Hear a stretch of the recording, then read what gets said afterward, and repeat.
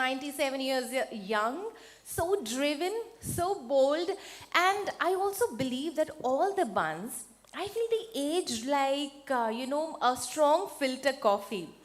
They're always very energized, very strong, and very refreshing. Don't you all agree to me? Acha, आप agree नहीं करते. I think am I saying something wrong? Okay, what I feel is to begin this evening, we need little more energy. Encholar Buntai! See, I have specially learned this for all of you, so I need a nice response from all of you. Come on, everyone, are you all excited for the evening? Fantastic, thank you. I feel so much better. You know, as I was mentioning, that there has been an incredible transformation. If I talk about Buns Association, ladies and gentlemen, for decades, the Bunt community has shown a fantastic transformation from business and professional excellence. Not just that, this community has never just followed it, but trust me, they have created it. And I always believe that, all Buntais, they work like engineers, they think like architects, they take care like doctors, and they lead and build like true entrepreneurs. Don't you agree with me? Can we have a nice shout out, everyone? Because you guys have been incredible. 97 years of support, relentless support, and that is the reason we all are sitting here and celebrating it. And that collective strength, ladies and gentlemen, found a very powerful voice. We all know what that voice is. It's called Indian Chamber of Commerce and Industry, a platform that was envisioned to be more than just a chamber. A chamber that translates group thinking into action, a chamber that represents our business and professional community, a chamber that believes not just in growth, but also upgrading, evolving, and taking every venture to the next level. In this rapidly growing nation, ladies and gentlemen, success is just not about individual achievement anymore. It is about united progress, and that exactly IBCCI stands for. Ladies and gentlemen, can we please have a big round of applause for this tremendous effort? So, as we move on, ladies and gentlemen, we are just not going to begin any other event.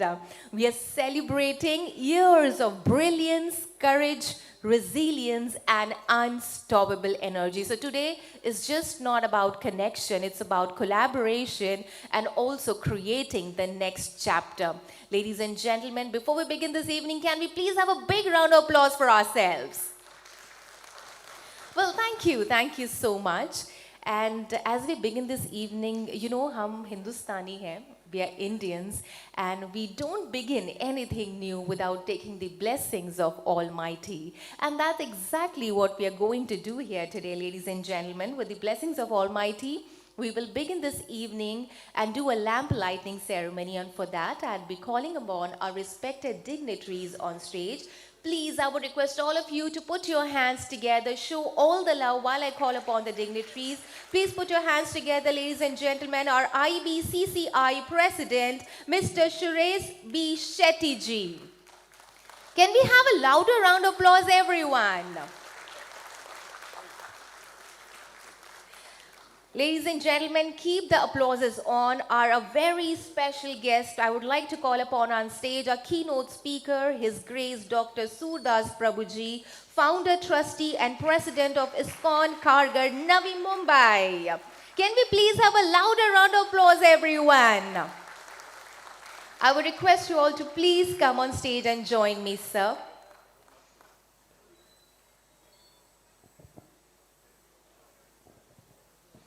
Well, it is, the silence is very scary. Until we have our guest coming on stage, can we please have a round? That's so lovely. That's so lovely. Thank you so much.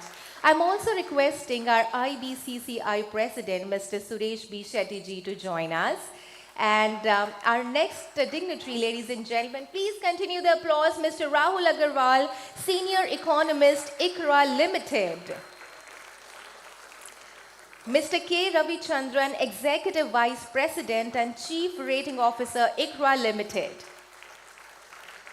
Mr. K. M. Shetty, CMD, McCoy. Requesting Mr. K. M. Shetty, CMD, McCoy to please join me on stage. Our past presidents, Mr. K. C. Shetty and Mr. N. Vivek Shetty ji, I would request them to please join me on stage. Can we please have a louder round of applause, ladies and gentlemen? Our advisory board member, C. A. Shankar Shetty ji. I would request you, sir, to please come on stage and join me for the lamp lighting ceremony. Our Vice President, Mr. Srinath Shetty ji. Can we please have a round of applause, ladies and gentlemen? I'd also like to call upon Mr. Premnath Shetty ji, Vice President, Dubai Chapter.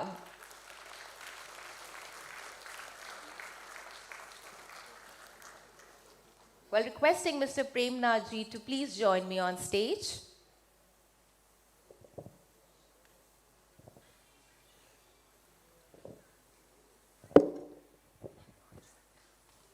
Well, ladies and gentlemen, please put your hands together while I call upon our next dignitary, our Honorable Secretary, C.A. Sadashiv Shetty, sir. Keep the applauses on while I call upon our next dignitary, Honorable Treasurer, C.A. Srinivas Shetty ji. Our Joint Secretary, Mr. Nishit Shetty ji. Can we please have a little round of applause, ladies and gentlemen?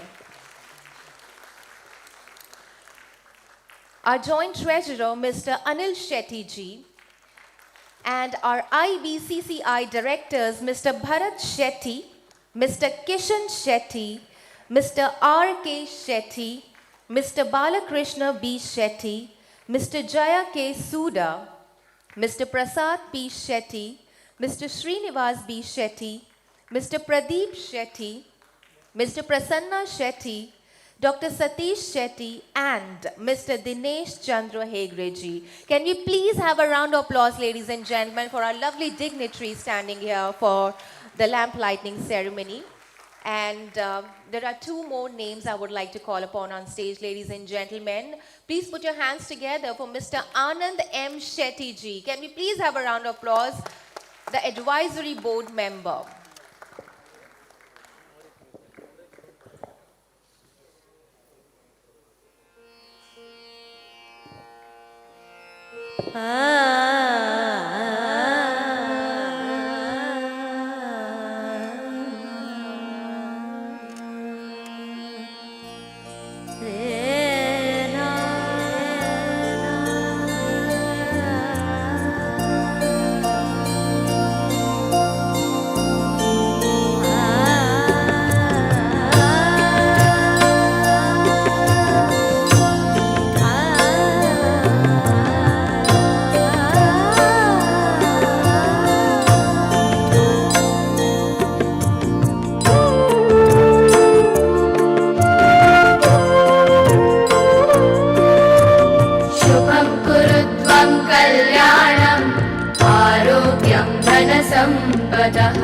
शुभं कुरुत्वं कल्याणम् आरोग्यं धनसम्पदः शत्रुबुद्धिविनाशाय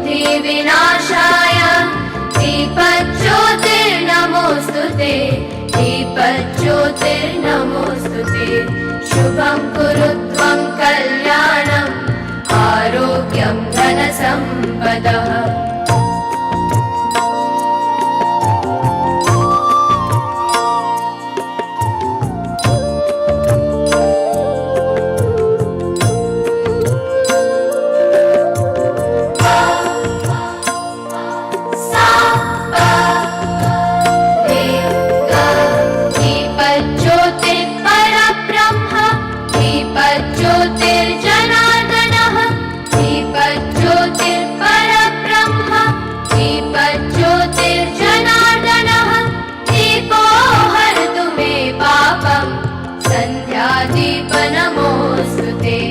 शुभं कुरुत्वं कल्याणम् आरोग्यं धनसम्पदः शुभं कुरु त्वं कल्याणम् आरोग्यं धनसम्पदः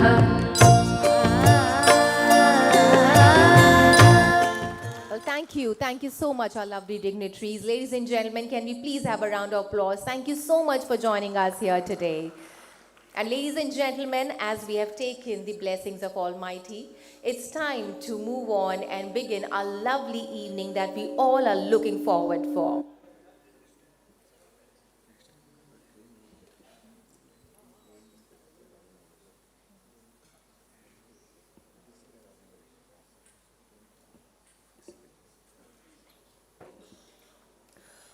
Well, ladies and gentlemen, as we are moving on to our lovely evening, and I'll be calling upon our guests, let me also tell you that we all know we have gathered here to witness some knowledge, some wisdom. Well, knowledge is the greatest capital an entrepreneur can invest in. And today's summit, ladies and gentlemen, brings together thought leaders and experts so that we walk away not just inspired, but informed, equipped, and ready for the next level. Ladies and gentlemen, please put your hands together while I call upon our next guest. Well, Mr. Suresh B. Shetty is one of the founder member of IBCCI, have been associated with it for more than 3 decades. He has been the backbone of all activities of Chamber since inception. Appointed as president this year will add glamour to the activities of Chamber. Ladies and gentlemen, our next guest, I would request him to please join me on stage, and I would request my team to please play the video before he joins me on stage.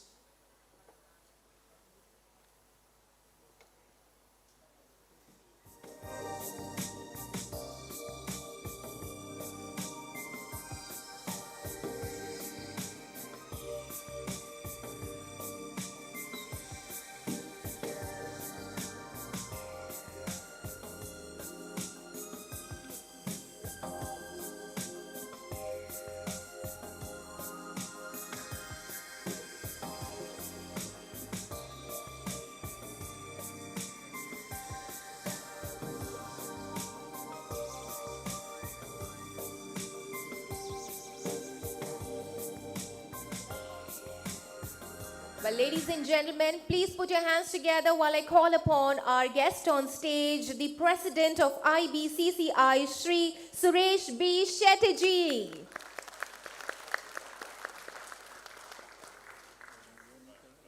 So I would request you to please come on stage and join me. Well, can we have a round of applause, ladies and gentlemen, till he walks on stage?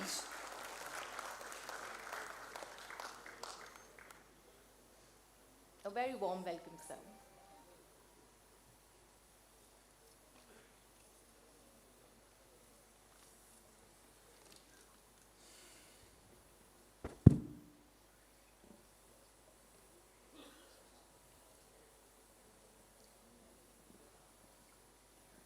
Distinguished guests, esteemed speakers, honorable members of IBCCI, and my dear friends. Good evening and a warm welcome to you all to this Knowledge Summit. I am standing before you as the new president of Indian Chamber of Commerce and Industry. In fact, I have been elected as president very recently, to be precise, on 1st February 2026.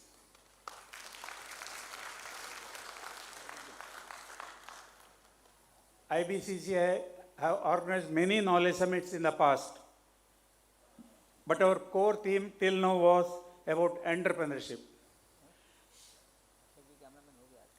This knowledge summit is with a difference, as one of our guest speakers is going to tell us about management of entrepreneurship with this touch of spirituality. Friends, today's gathering is a reflection of who we are as a community. We are progressive in thought, strong in values, united in purpose. The Bund community has a proud legacy of entrepreneurship and leadership with a sense of social responsibility.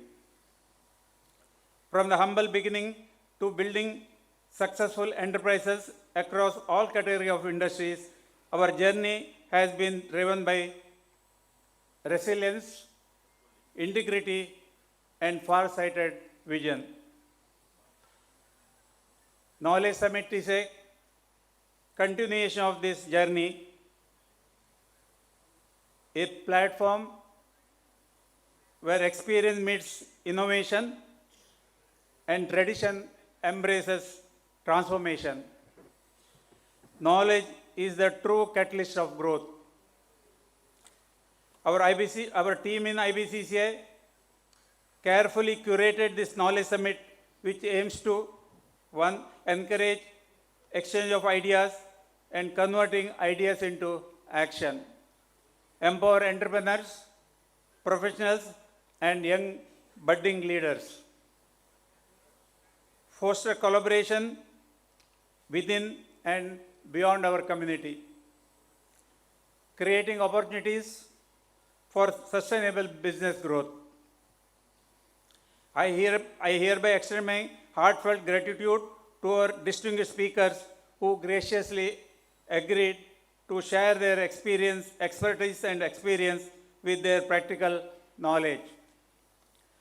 Your insight will undoubtedly inspire and guide us towards new possibilities.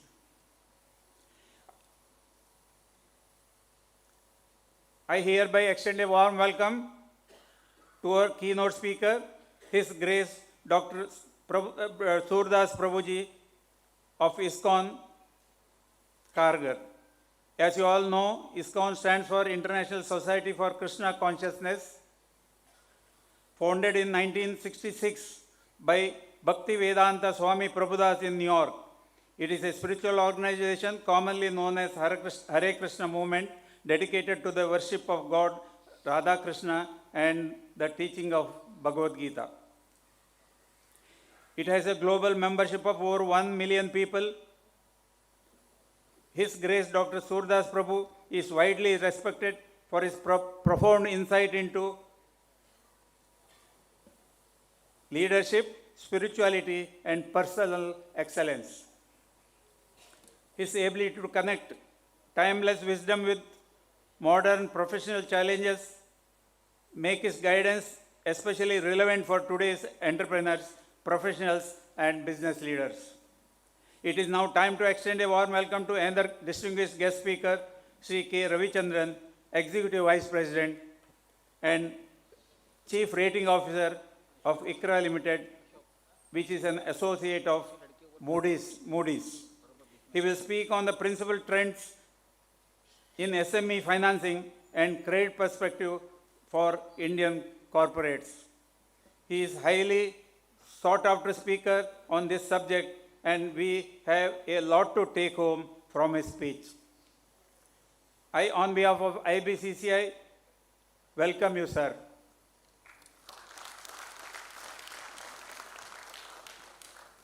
Now I extend a warm welcome to another distinguished guest speaker, Sri Rahul Agarwal, a senior economist in ICRA Limited, an affiliate of Moody's Corporation, which is established in the year 1991. ICRA is a leading Indian independent professional investment, information, and credit rating agency. He is going to speak on outlook for Indian economy in the context of current geopolitical situation. On behalf of IBCCI, I welcome you, sir. IBCCI is an organization for which foundation was laid by Bunt visionaries like Sri S.M. Shetty, Sri B.D. Shetty, way back in 1989, and nurtured by our past presidents like late Sri V.K. Shetty, N. Vivek Shetty, and our immediate past president, Sri K.C. Shetty. Currently, we have a membership strength of over 500 entrepreneurs, consisting of manufacturers, professionals, and also members from hospitality industry. We have an ambitious plan to increase the membership to 1,000 in the next 3 years. It is estimated that there are more than 5,000 Bunt entrepreneurs and professionals in Mumbai and Navi Mumbai alone. We are also planning to come out with an app through which all information of our members will be available on fingertips. This in my opinion is going to be a game changer for IBCCI in the days to come. Regarding this, a detailed audio-video presentation will be made by the chairperson of Next Gen Visionary, Trishika Shetty, in a few minutes from now. IBCC have already opened chapters in Bangalore and Dubai and propose to open new chapters in North America and Bangalore during this year. We are exploring the investment and collaboration opportunities in USA through US Consulate in Mumbai. We are planning to organize industrial tour to Bangalore, China and South Korea in the very near future. I also welcome all dignitaries, stakeholders, advisors and members who have made this summit possible. Let us use this opportunity not only to gain knowledge but also to transform it into wisdom and action. I wish each one of you an enriching and impactful summit. Thank you. God bless us all. God bless us all. Thank you. Thank you. Well, thank you so much, sir, for the wonderful speech. But let me tell all of you that sir's speech would be absolutely incomplete without we witnessing his journey on the stage. I would request my team to please play the AV where we witness his incredible journey here. Indian Bunts Chamber of Commerce and Industry, an association of knowledge, networking, and development, has been in existence since 3 decades. The Bunts community, that was known for its traditional hospitality industry, has now transformed itself to excel in all fields like engineering, chemicals, plastics, packaging, IT, real estate, hospitality, constructions, Bollywood, and many more. Visionaries like Mr. S.M. Shetty and B.D. Shetty conceived the idea of the Chamber of Commerce and Industry in the year 1990.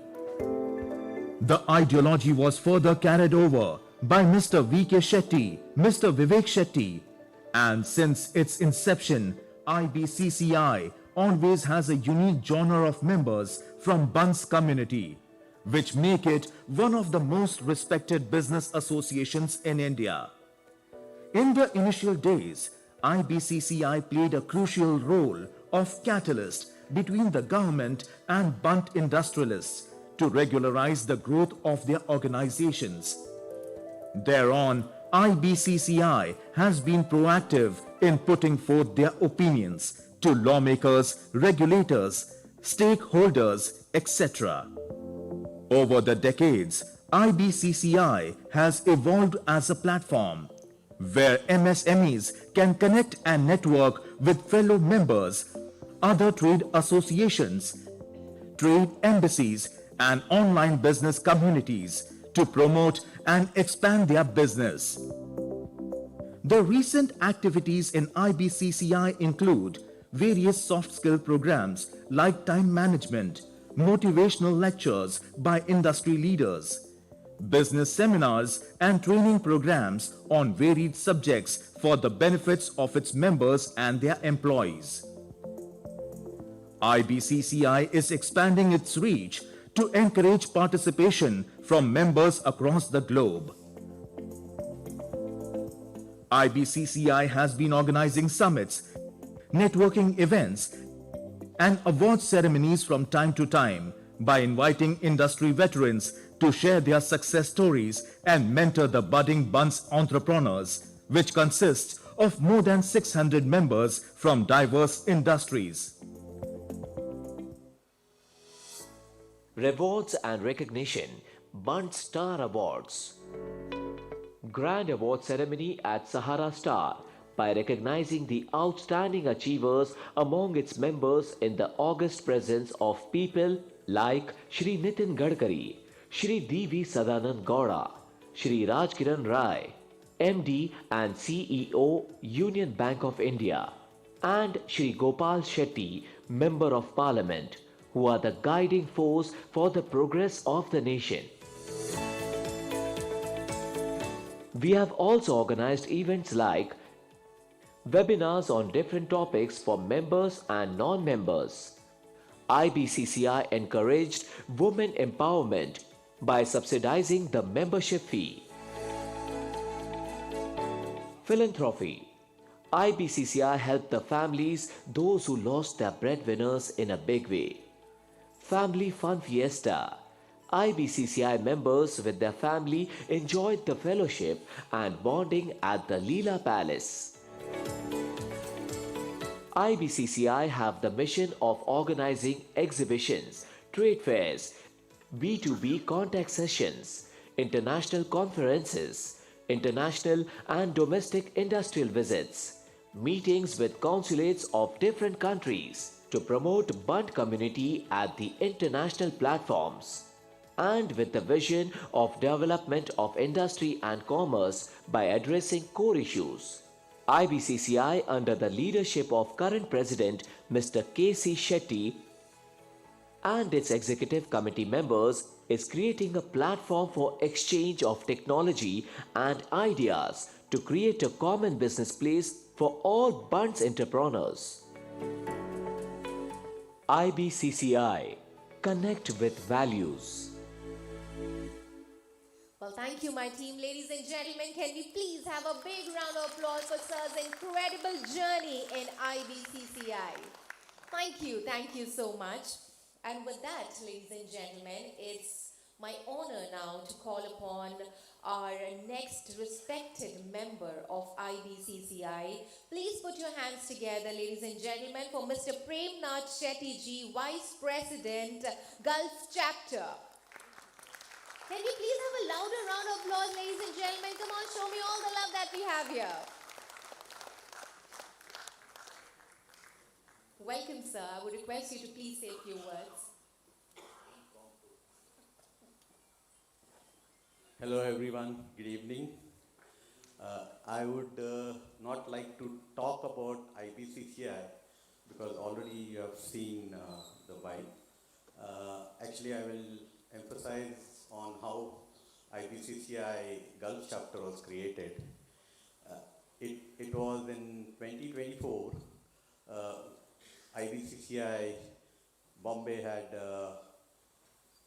an industrial visit to Dubai, and actually it was my wife. She told me that they have come from our daughter's in-laws city, so we should call them for a dinner. And it started with only a dinner, but then later on, there was supposed to be a conference or seminar type to call the local business people to do a networking with the visitors. So the cost was a bit on a higher side. So I told, let us do it at my house.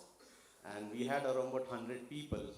And not only all the prominent Bunts and business leaders, Mr. Dr. B.R. Shetty was also there, and our Bunts President Sarvotamna also.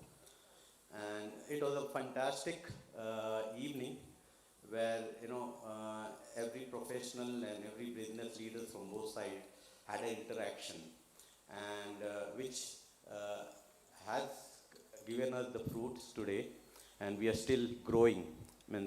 Today we have around about 35 to 36 members, and we have already organized webinars on the new tax regime in the Gulf, and then we had the webinar on the cyber crime. Now we have planned for a webinar which will be hosted by a German lady. She's a psychologist, but the topic is on the stress which the business leaders go through, not only financially, but there are various issues which some of the business leaders, especially the Bunts, they want to keep it with them only and try to solve it. So we are having this seminar on 22nd of March. It's not only for the business leaders, but also for the professionals.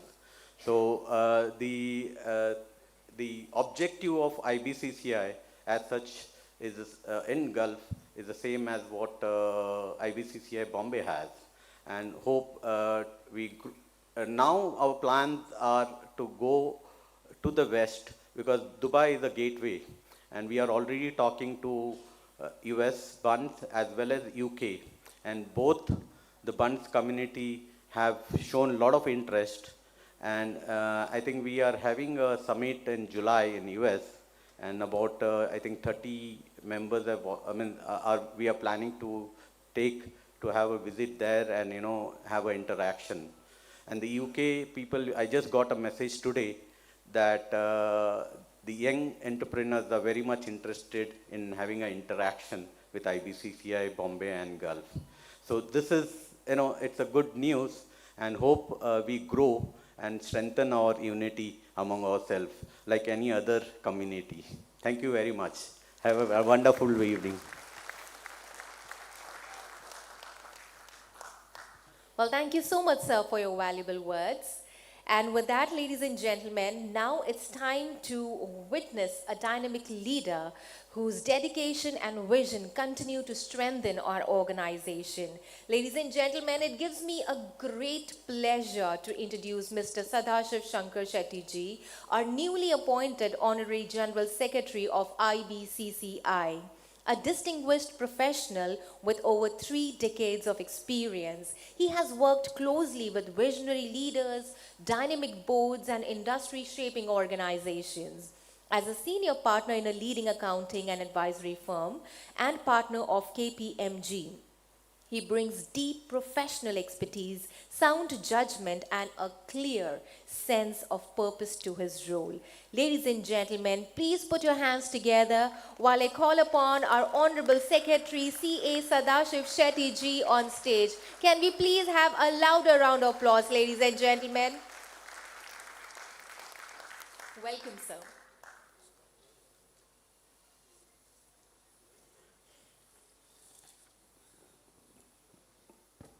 Namaskara to all the respected board members, the president, the distinguished office bearers, and esteemed IBCCI members, and the honored guests that have gathered here.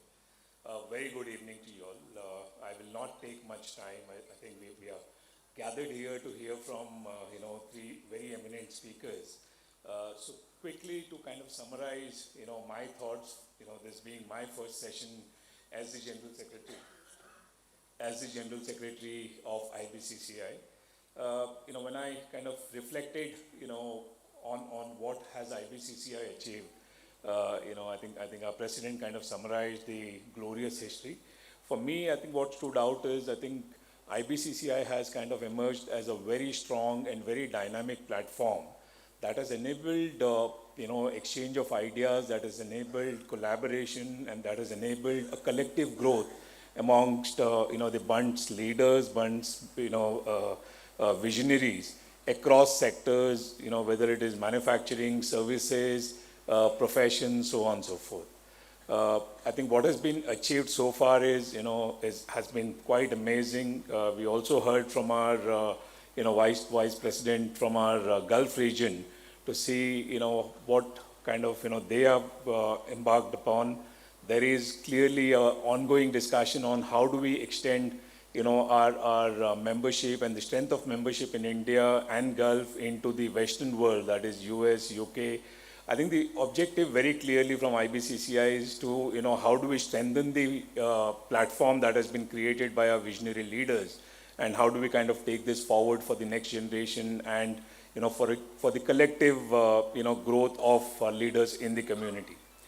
So, with that, let me also reflect upon, the ex-president, Mr. K.C. Shetty. I think I had the privilege of engaging with him over the past few years before I took this office. Under his visionary leadership, I think IBCCI, held, some very, very very, very, fantastic programs, be it on the industry visits within India. There have been international business visits, there are knowledge summits, there are collaborative events, so on and so forth. Maybe it's kind of time to reflect on, some of those aspects that has been achieved under his leadership over the past few years, and, what is there to expect for the future. Can we have the video, please?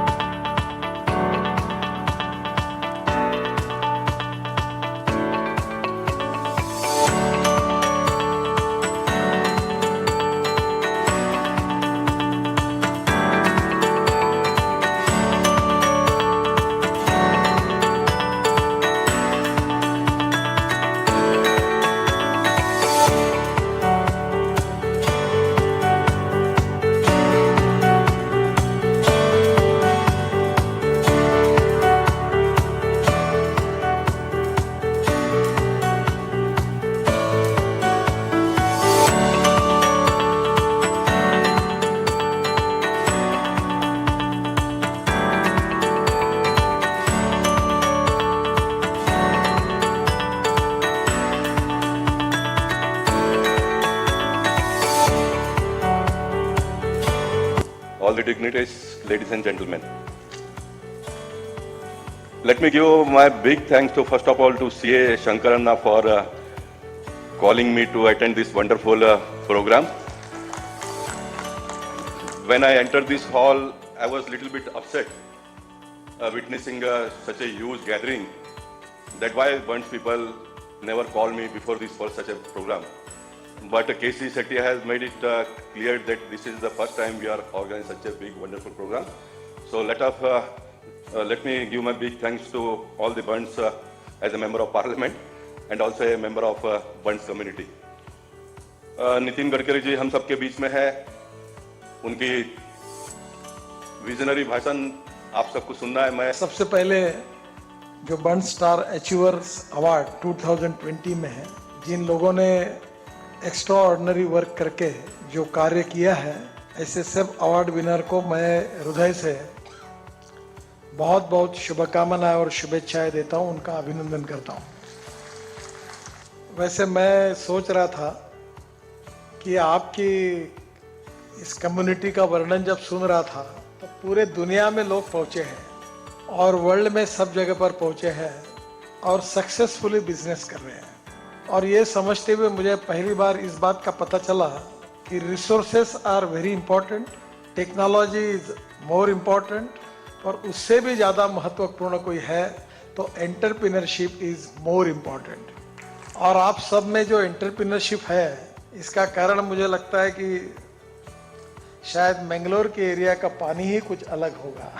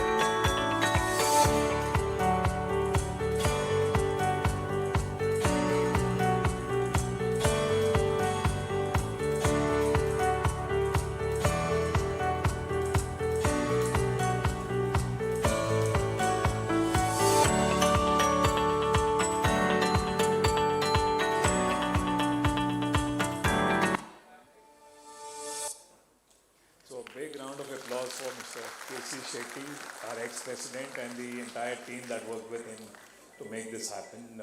Fantastic work, sir. So, looking forward now, I think since we are in a business environment and we live in a business world, every day comes with its own new challenges and also brings new opportunities. Right?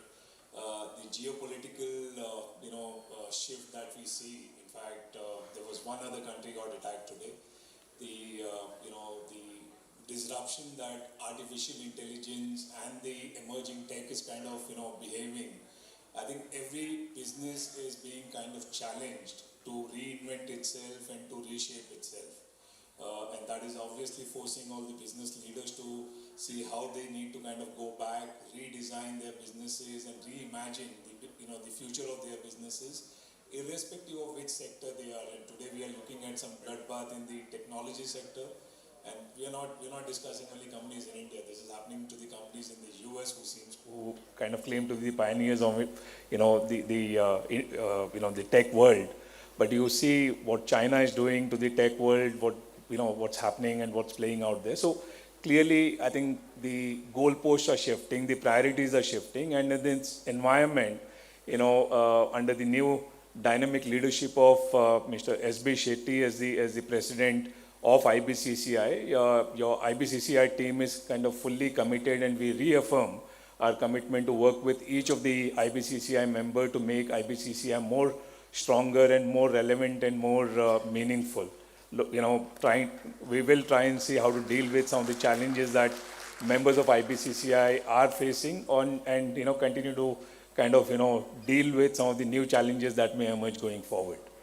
I think our theme for the day, and our president kind of elaborated on that. Both the topics that we are covering, one is the spirituality. I would actually say the ethics and governance, in the business. How important is it, and what can happen without the governance, ethics, and spirituality in business, and how can it kind of add if it is conducted with the right spirit. Followed by the two of the other pertinent topics, the geopolitical outlook and the global economy and the Indian economy. What are the challenges? How do we kind of deal with them?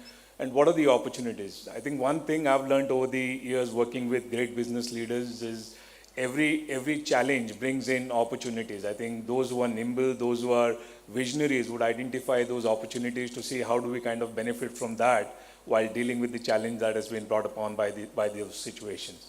I will end my talk with once again thanking all the members for the support and the confidence they have shown in IBCCI, and I wish everyone has a great session today and take good learnings back into their business and drawing board to see how it can benefit them in their businesses. Thank you so much.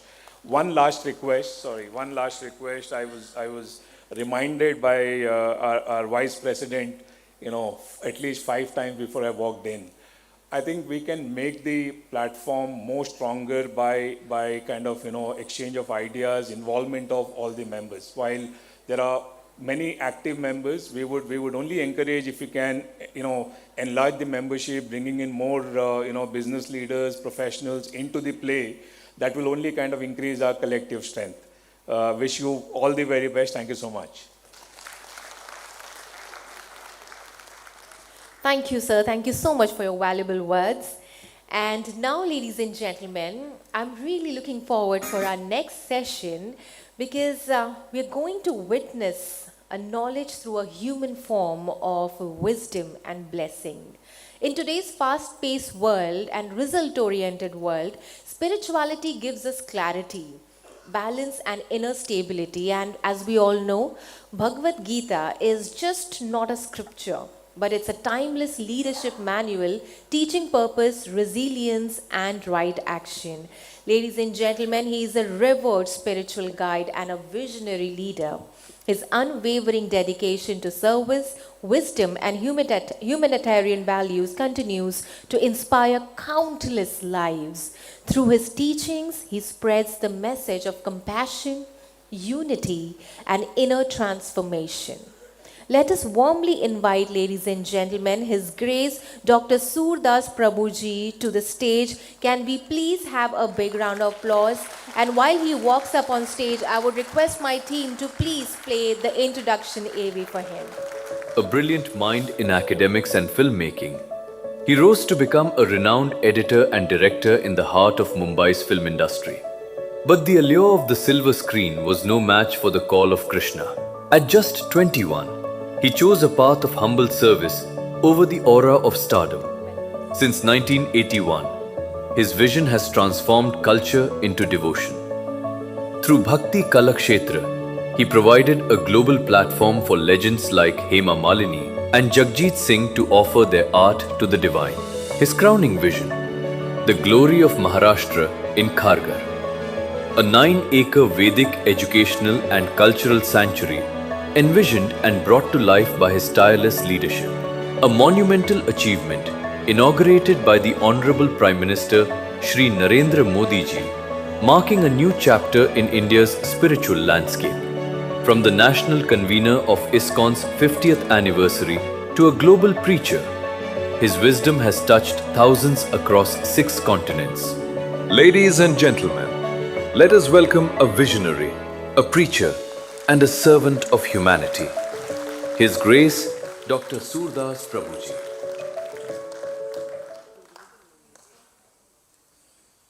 Hare Krishna. Hare Krishna. Krishna Krishna. Hare Hare. Hare Ram. Hare Ram. Ram Ram. Hare Hare. Thank you very much, all the wonderful devotees from Udupi, Mangalore, and wonderful entrepreneurs and wonderful devotees. Thank you very much for inviting me. I thank Srinath Shetty, Sureshji, and other wonderful dignitaries who allowed me to come here to speak on Bhagavad Gita. Thank you very much. And of course, some introduction of mine has been given there. Sometimes people get swayed with my earlier life and they start talking about that life. But I would like you to restrict, because that's the modern trend. People try to talk about more of Hollywood and Bollywood and forget about the real wood. So, once again, thank you very much. And I have been in Mumbai for almost about now 49 years.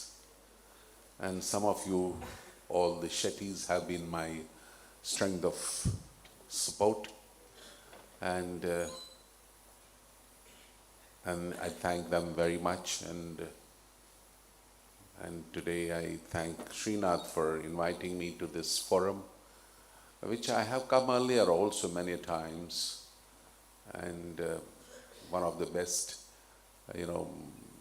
my younger brother, Sheshivai, has been part of my life since almost about 40 years.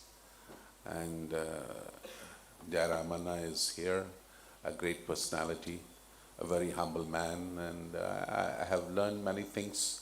I've carved my life by seeing such stalwarts who have taught me how to be real humble in spite of they achieving the different heights in the middle world.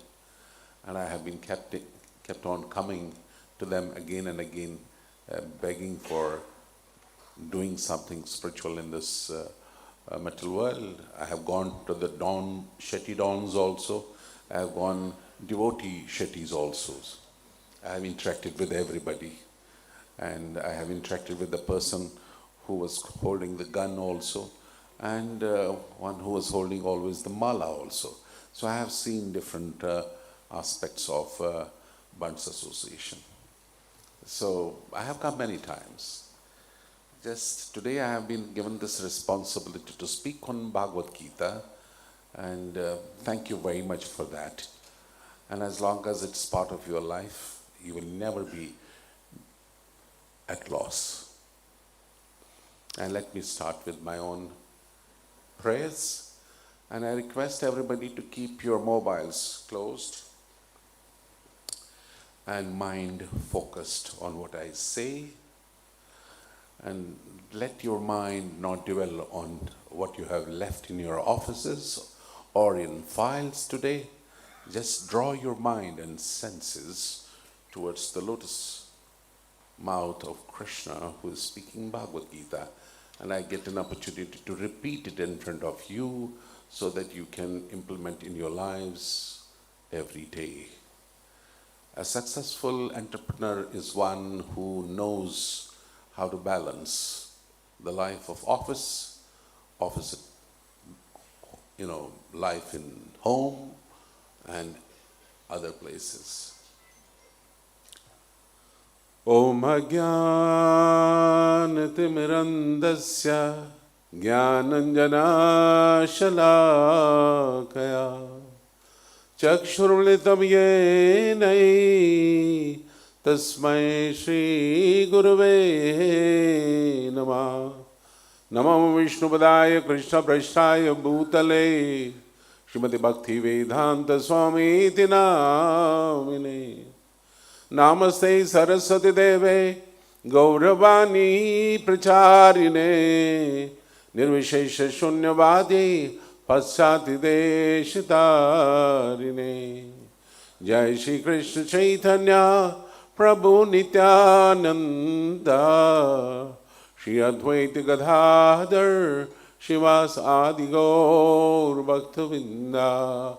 Hare Krishna Krishna Krishna Hare Hare Hare Rama Rama Rama Hare Hare.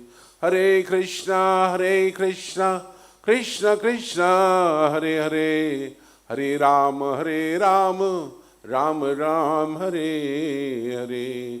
Hare Krishna Krishna Krishna Hare Hare Hare Rama Rama Rama Hare Hare. Namo Mahavadanyaya Krishna Prema Padayate Krishnaya Krishna Chaitanya Namane Gauraduse Namah. Namo Brahmane Devaya Go Brahmahitaya Cha Jagathitaya Krishnaya Govindaya Namo Namah. He Krishna Karuna Sindhu Deenabandhu Jagatpate Gopesh Gopika Kanta Radha Kanta Namostate Tapta Kanchana Gaurangi Radhe Vrindavaneshwari Vrishabhanu Sudadevi Pranamami Hari Priye. Vanchakalpatrubhasya Kripa Sindhubhaivacha Patithanam Pavanebhyo Vaishnavedhyo Namo Namah. Dear Bhans Association members, greetings and blessings of the Supreme Lord Krishna. I love you all because of your intelligence, the devotion, and your native place, Udupi. You have a great heritage. Madhvacharya was born in Udupi, and he was not an ordinary being, but a Vayuputra and a great scholar. I come from the same lineage, Brahma Madhya Gaudiya Sampradaya, which is the most authentic lineage in the age of Kali Yuga, strengthened by Lord Chaitanya Mahaprabhu himself, supported and originated from Lord Brahma, and strengthened by the teachings of Madhvacharya. I'm thankful again to Srinath, Shetty, and many other Bant Sangha associations who have helped me in Kharghar, Juhu, Mirared, and many other projects all over India. And the latest one was Kharghar, which was opened by none other than Prime Minister Modi, because he loves ISKCON, he loves Prabhupada, he loves ISKCON leaders, because mostly the inmates are very educated and they are not professional, like people who got trained to beg for their own homes or houses. They got trained by His Divine Grace A.C. Bhaktivedanta Swami Srila Prabhupada books, and that's how they were entrepreneurs, they were doctors, engineers. Myself, but I was there 48 years back, but reading Srila Prabhupada's books, we completely transformed our lives in association with the devotees. Without the association of the devotees, it is not possible. Just like the like-minded people of the entrepreneurs, when you meet, you get more insights about how to do better business.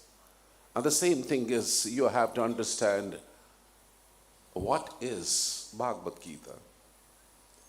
You are coming from Udupi, Krishna. You are coming from Mangalore.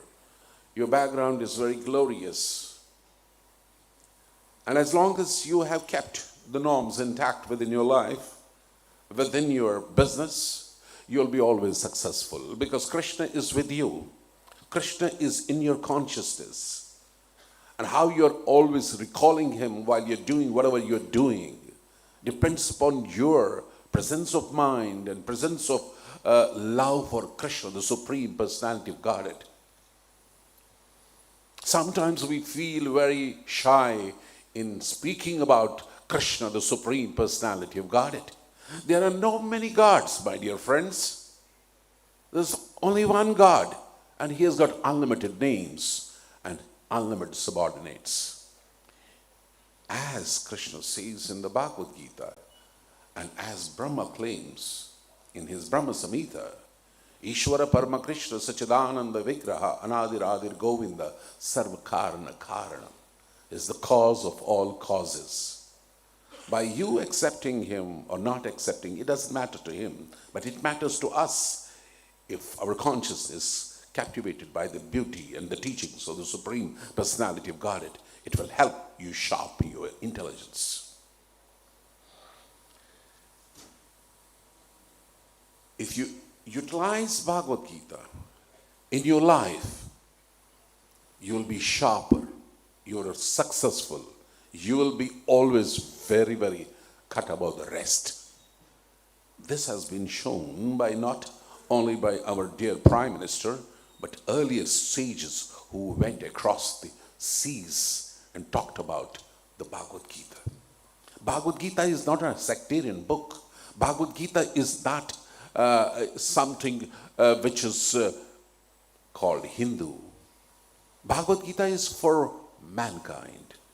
But you become cocoonish in your own isms, you will not be able to touch the Bhagavad Gita. But those who are very fortunate, they will read it every day.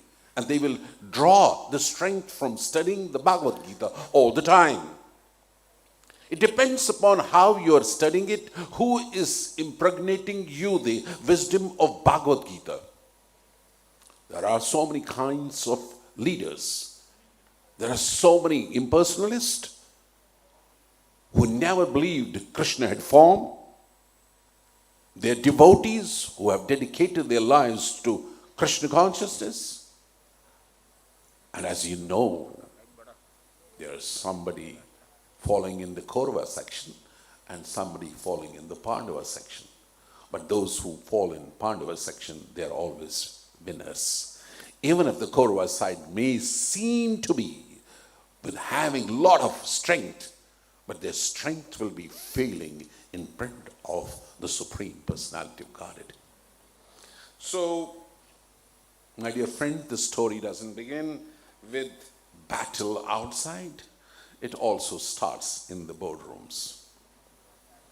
And it is the same battle that Arjuna once faced on the battlefield. Not of weapons, but of choices. His conflict set the stage, but it's everyone's story, but unfolds through the Bhagavad Gita. In each dilemma, each doubt, each duty done with sincerity, the dialogue continues between confusion and conscience, between fear and faith, between voice of the mind and the whisper of the soul. The corporate CEO's journey mirrors that universal journey. One begins as a seeker of success, believing leadership is about control, achievement, and recognition. But through the quiet mentoring of CEOs, echoing the timeless guidelines of Krishna, he learns that true leadership begins not in command, but in clarity, not in power, but in presence. Bhagavad Gita does not ask us to abandon the world. It asks us to engage it consciously, to seek work as worship, relationship as reflection, and life itself as a field for inner mastery. It reaches that freedom does not lie in the escape, but in equanimity, the ability to stay steady and change, to act without attachment, and to love without fear. And this doesn't come so easily. In the modern world of corporate deadlines and digital noise, this ancient dialogue remains astonishingly relevant. Its wisdom doesn't demand robes or retreats. It only asks for awareness in the meeting room, in the kitchen, and in the heart of every individual. Every email sent with integrity, every decision made with empathy, every choice guided by purpose becomes an expression of the same eternal teaching. To act without ego, to serve without expectation, and to rest without guilt. Leadership in its truest sense is the courage to listen, first to oneself, then to others, and finally to that silent intelligence that guides all things. It is to stand firm in the duty, yet soft in spirit, to strive outwardly and surrender inwardly, because act but do not cling, give but do not count. Your senses are there. Above the senses is mind. Above the mind is intelligence. Above the intelligence is Atma. Above the Atma is Paramatma. Above Paramatma is the Supreme Personality of Godhead. This is a science. This is not mythology. This is not using Supreme Lord as a vague word, God. Because it may be palatable to all kinds of races and isms. But the moment you become very frank and to the point, when you become a best archer, you don't see anything. You see the eye of a fish like the Arjuna sees. At the time, you don't describe whole environment. You describe what you see at that time when you have to conquer the whole world. And that's within your heart, within your life, within you who are you. The path of inner leadership is not the philosophy to remember. It's a rhythm to live by every day. It comes only through practice. Every time one chooses clarity over confusion, purpose over impulse, and peace over pride, the Gita comes alive. The CEO's journey begins not with confidence, but with confusion, like Arjuna on the battlefield.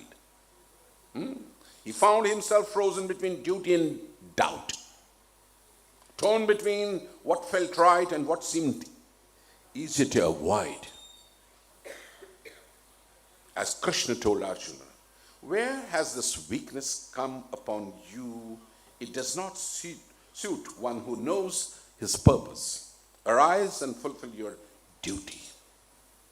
Those words mark the beginning of understanding that clarity is not born from escape, but from the engagement. It is the moment when one stops running from confusion and starts observing it. CEOs begin to discover that every emotion and every hesitation carries a message.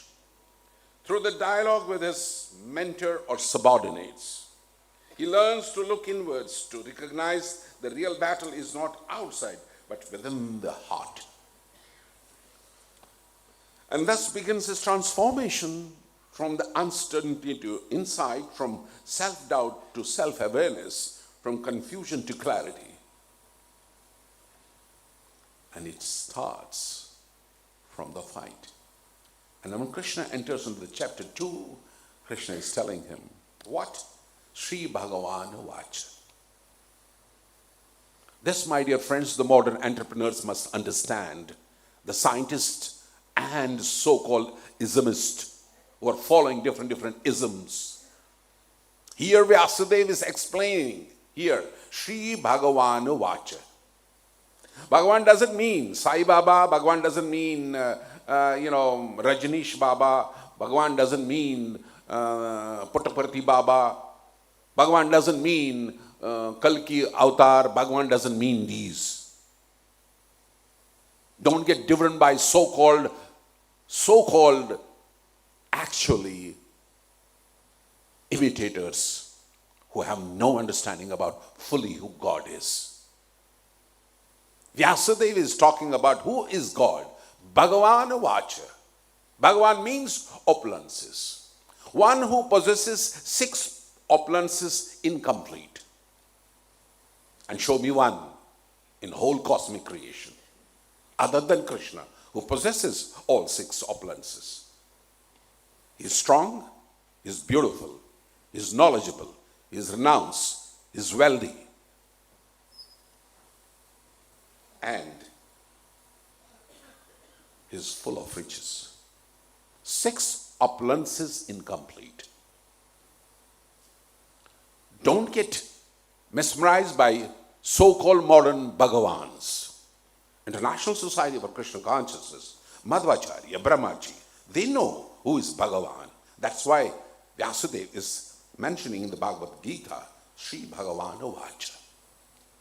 And Brahmaji is saying in his prayers to the Supreme Personality of Godhead, Ishvara Parama Krishna Sachidananda Vigraha Anadir Adir Govinda Sarva Karana Karanam is the cause of all causes.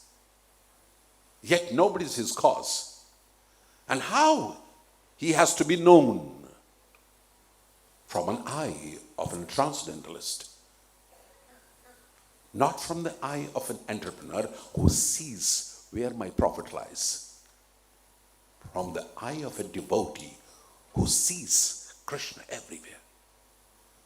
Tesham satata yuktanam bhajatam priti purvakam dadhami buddhi yogam tam yena mam upiyandate. Krishna explains in the Bhagavad Gita itself. When you're completely devoted, he gives you the intelligence, he gives the remembrance, he gives you everything. That's what he says. And then he explains also in the 4th chapter. You cannot go to any Tom, Dick and Harry. He says, Tad vidi pranipatina paraprashnena sevaya ubdikshanta jnanam jnanena tattvadarshana. Tattvadarshana means who is transcendentalist, who has seen truth beyond the materialistic lives. Seeing Arjuna overwhelmed, Krishna is asking Arjuna, Kutastav kashmalam idam ishame sampasitam anari justam aswargyam akirtikaram Arjuna. Where from this weakness has arisen within you? The divine charioteer didn't console him with soft words. He thundered with purpose. Where has this weakness come upon you? Arjuna, you are born of courage, not escape. Rise and act according to your own dharma, constitutional position. Nowadays the word is misused, dharma. When we explain dharma, we explain this way. Sweetness means sugar. Chili means hot. Correct?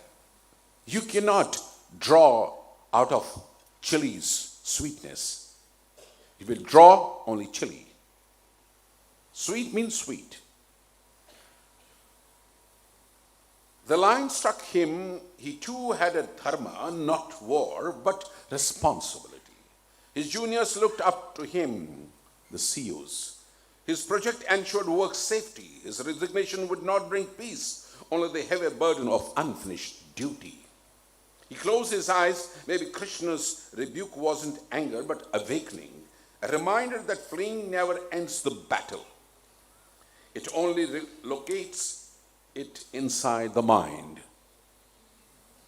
In confusion, one can delete the email, take a deep breath, and open the assessment sheet once more. One can plan the next day's task with renewed steadiness. The chaos hadn't vanished, but one's fear can soften into focus. That right, one whispered, almost as a prayer. Let me fight my rightful battles, not run from them. And somewhere within, he felt the charioteer smile, that I must fight. Klabhyamma samagama partha naitha tavaya upapadate shudram hridaya durbhalyam takto shita parantapa. Don't give in to this emotional weakness. Arjuna, it doesn't suit some of your caliber. Shake off this narrow thinking and rise to your true strength. You are meant to lead and overcome. Every act of management must be thought out beforehand, not on the rocks in five-star hotels, my dear friends. By getting up early in the morning, at 2:30 in the morning. How many of you get up at 2:30 in the morning? Only maybe you will be coming out of the hotels at 2:30 after rocking some liquor. But who has slept exactly at 10 o'clock and got up at 2:30, meditating on the Supreme Lord, and then walking, chanting, and incessant flow of knowledge flows in your mind. You must do this next day. You must do this. You must do this. You must do this. As if somebody has tutored you. It's inner voice, inner inclination towards the Supreme Father who wants to guide you every moment, but unfortunately you don't want to give a damn to him. You think you are God. When you sit in your own entrepreneur chamber, you think, I am the boss. I know everything. But you are just a mustard seed in the bag of mustard seeds. You have not known the cosmic creation. You have not seen how the NASA is showing the different facets of this whole cosmic creation. Now they are exploring that, which Krishna is telling in the Bhagavad Gita, which Ramayana, Mahabharata, Bhagavatam, Vyasadeva ji is teaching in the scriptures. My dear Indian brothers and Indian entrepreneurs, you have everything. You have everything. You have a right king on the throne now, who sleeps only 4 hours and tries to work all the time. He gives other people gift only Bhagavad Gita. He is not eating meat. He is not drinking. He is not shaking his legs on the dance bars. He is your leader, the prime leader of your nation, Narendra Modi. Purity is force. Don't ever think that purity doesn't matter. Purity is force. Purity of senses, purity of mind, and purity of intellectualism. That can guide you all the time. Every act of management must be thought before. Today's morning sunlight spilled across the plant's meeting room. You came early in the morning to your office. The safety board reviews was in 10 minutes and the stomach felt like cold stone. You had stayed up all night revising slides because it was your presentation to board of directors. What are you going to teach them? What are you going to tell them? Sometimes you look down at your notes to show compliance. Too small, try again, one passed. To make sure everyone goes home safe. The words felt larger than the room consciousness. Noting that was your dilemma today. Walk in with that warmth. The echo of that call filled one's chest with quiet fire. One entered the meeting carrying no armor except that line in one's heart. When questions stirred sharp, one breathed, remembered one's purpose, the answer with clarity. One directly challenged his figures. He admitted the gap and offered a fix by date. The tension eased. Halfway through, he realized the trembling in his hands and stopped. The cold inside had turned into steady heat, like sugar dissolving into strength. Afterwards, Lord gives you the real strength, as He is the Bhokta of all the yajnas. Bhoktaram yajna tapasam sarvaloka maheshwara. He is sitting within your heart. He is sitting in your stomach, who is emanating the fire to digest your food. But consciously you're not aware. He is there. He is soul. He is fragmental portion of the Supreme Personality of Godhead. You're not aware. He is telling you in the chapter number 2, verse number 13. Desminitha dehe komaram yovanam jara tatha dehantar praptrim dhiras tatra na mohite. You're changed. You're seeing body is changing. Your body is changing from the boyhood, childhood to boyhood to youthful. Now you're an entrepreneur. What is that which is not changing? Krishna is saying that is the spirit soul, Atman within you. You're not this body. My dear friends, entrepreneurs, everybody is working for this body. Nobody is talking about the soul, the living spark within you. Krishna is saying, you are my part and parcel. Thalachar, Jalachar, everybody is part of the Supreme Personality of Godhead. That living spark is 1/10 of the end of the here. That is the living spark within your body, which is making you to talk, which is making me to talk and making you to hear. How can you ignore that? And that living spark goes out of the body. What happens? He is designated dead. Where is the body gone? Body is there, but he cannot listen to you. He cannot do anything to you. What is gone? The spirit has gone. Soul has gone. Ruh has gone. Atman is gone.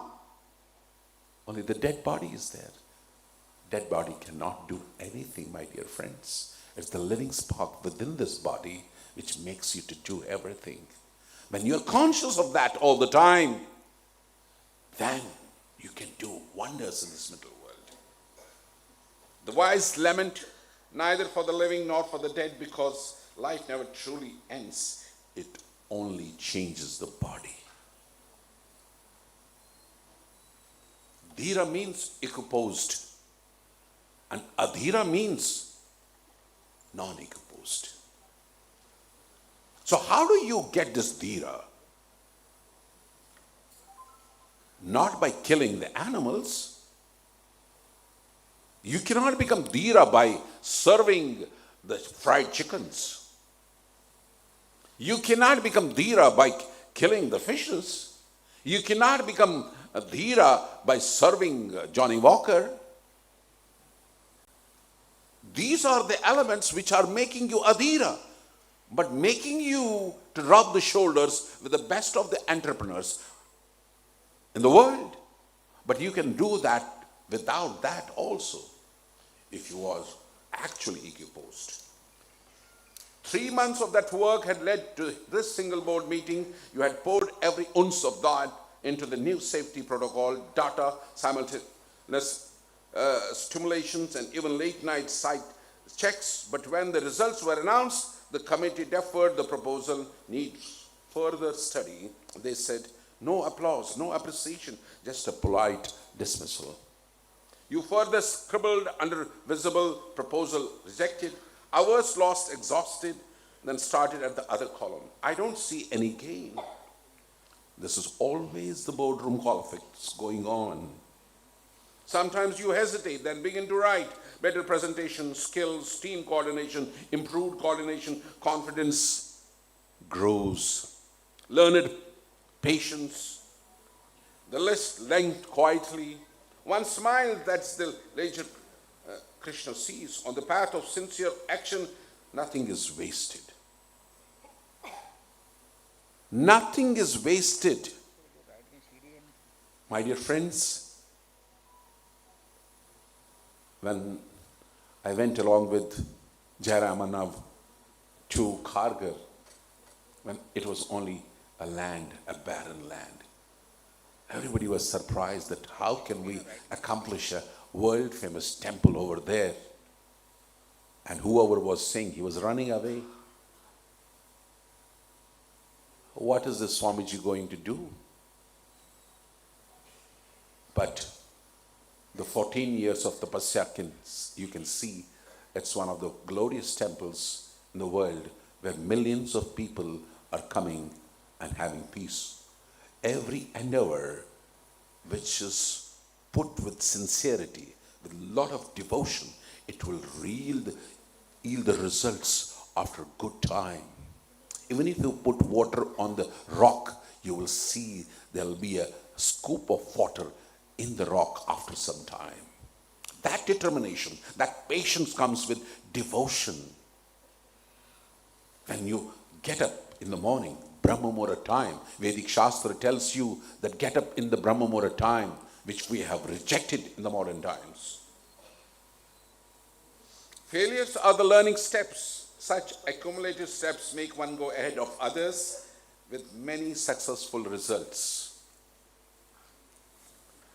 Yet felt something loosen, perhaps the proposal hadn't failed, it had only matured underground, like a seed preparing for sunlight. As you close your laptop that night, one can remember Krishna's assurance. No good effort is ever lost. Kontiya pratijanati name bhakta pranashati. That is the statement coming from Krishna for his devotees. And in a whisper and a quiet faith took root, the kind that doesn't need witness to flourish. Karmane vadikarasti mahafaleshu kadachana. Ma karma falakhetu bhur mate sango asti karmani. That's what we have to remember all the time. But my dear friends, you cannot meditate on this shloka. You do karma and then don't be attached to the fruits. Kaisa businessman banega मैं? हाँ, मेरे को तो result चाहिए. आप बोल रहे हैं result के पीछे मत भागिए. हाँ? You have the right to perform your duty, Krishna is telling you, but not to the fruits of action. Let not the result in your motive not given any action. That's why in the early times, when the child used to ask, Dad, what are you doing? You are making these trees to grow. So Dad says, don't worry. I'm not doing it for myself. Your son will come one day and he will take the fruits from this. Durandeshi, the vision for future. Nowadays we know only how to cut the trees, not plant the trees. Earlier times they used to do both. They used to feed the dog, they used to feed the crow, they used to feed the cow, they used to also feed the mendicant, but yet they were flourishing. And why is that now the family of 5 are all earning and everybody is saying, and problem. What is the problem? The greed, the lust, anger and accumulation has increased. By the nightfall, the storm had passed, work resumed with minimal loss. Later, as you reviewed reports, a sense of quiet filled you. Maybe Krishna's wisdom wasn't only for the battlefield, it was for every day. One feels torn between effort and outcome. Perform your duty. The divine voice within seemed to say, but let the wind decide its direction. You won the pencil, not the storm. You shall smile and pack your bag. The project's fate was uncertain, but his peace was intact.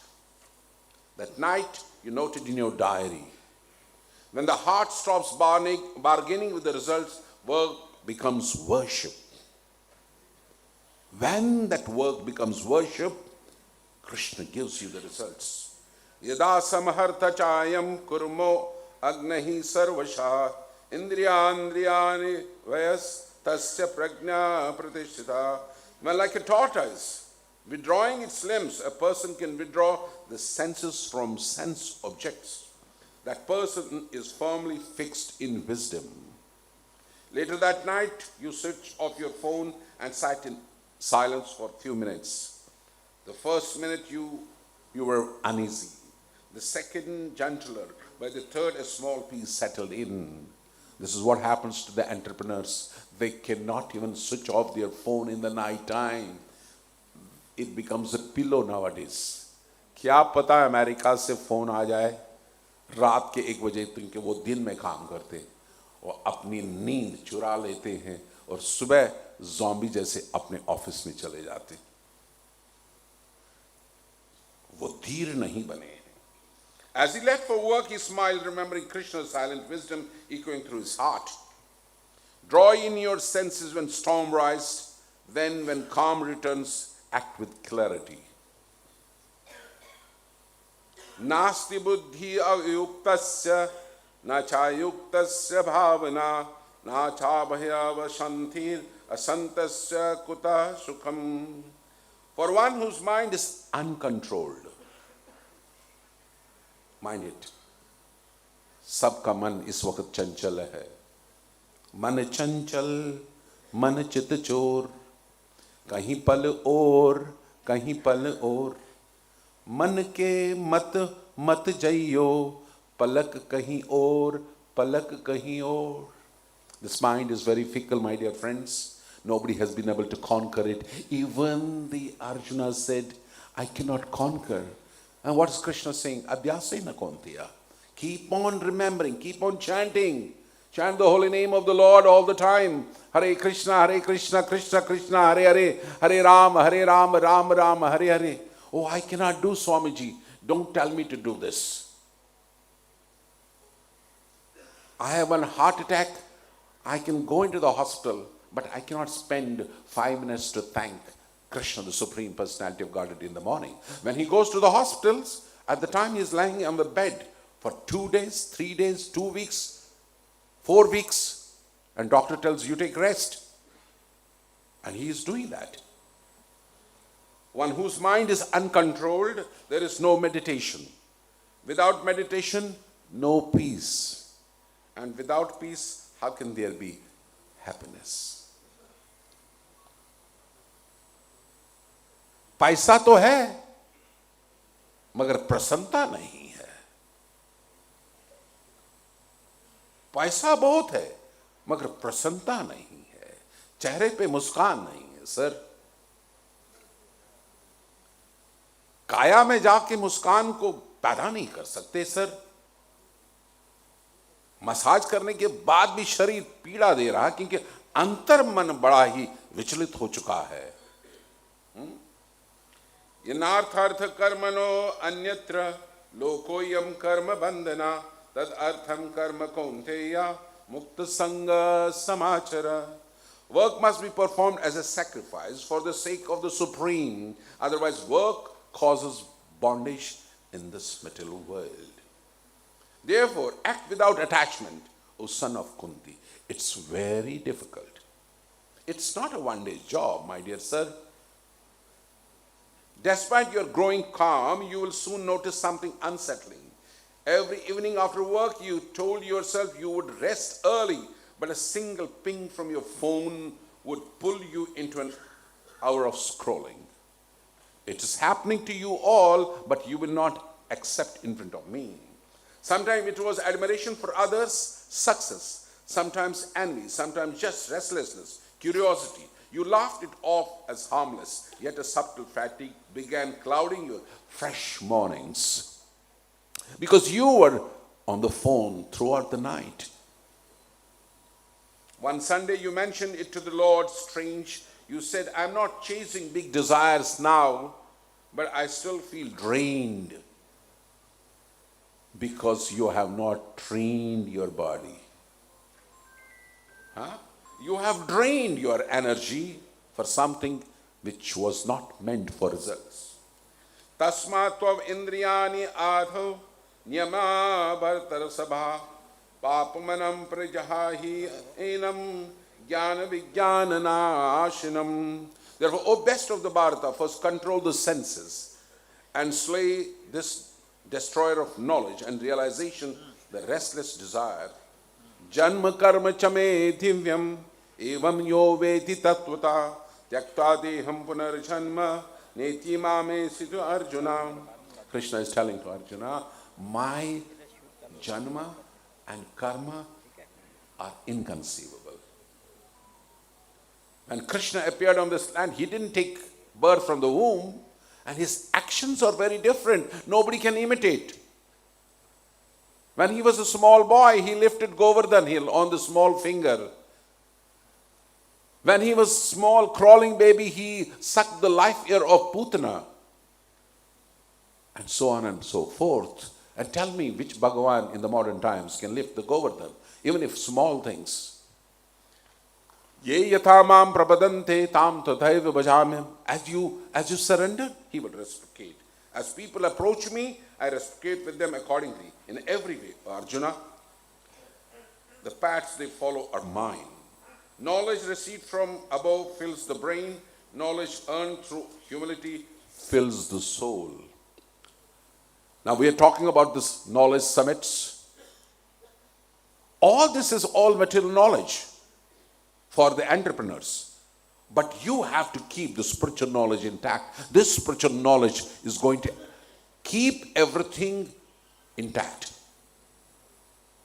When you have the spiritual knowledge, then everything falls in the right place. Approach the wise with humility and choir and service. One realized that learning wasn't about collecting facts. It was about dissolving the ego that blocks the truth. And what is that truth? That I am part and parcel of that Supreme Lord. This is what the modern man is missing. And you wash your hands at night, you smile at the mirror, and the grease marks refuse to fade easily, but perhaps they weren't dirt. Perhaps they were initiation marks into real wisdom. As a blazing flame turns wood to ashes, O Arjuna, so does the fire of knowledge burn to the ashes all reactions to past actions. This is the difference between the true knowledge and the material knowledge. When you have this knowledge of the absolute, it burns all the sinful reaction of your past. Regret keeps the past alive. Mind this. Regret keeps the past alive. Reflection transforms it into energy.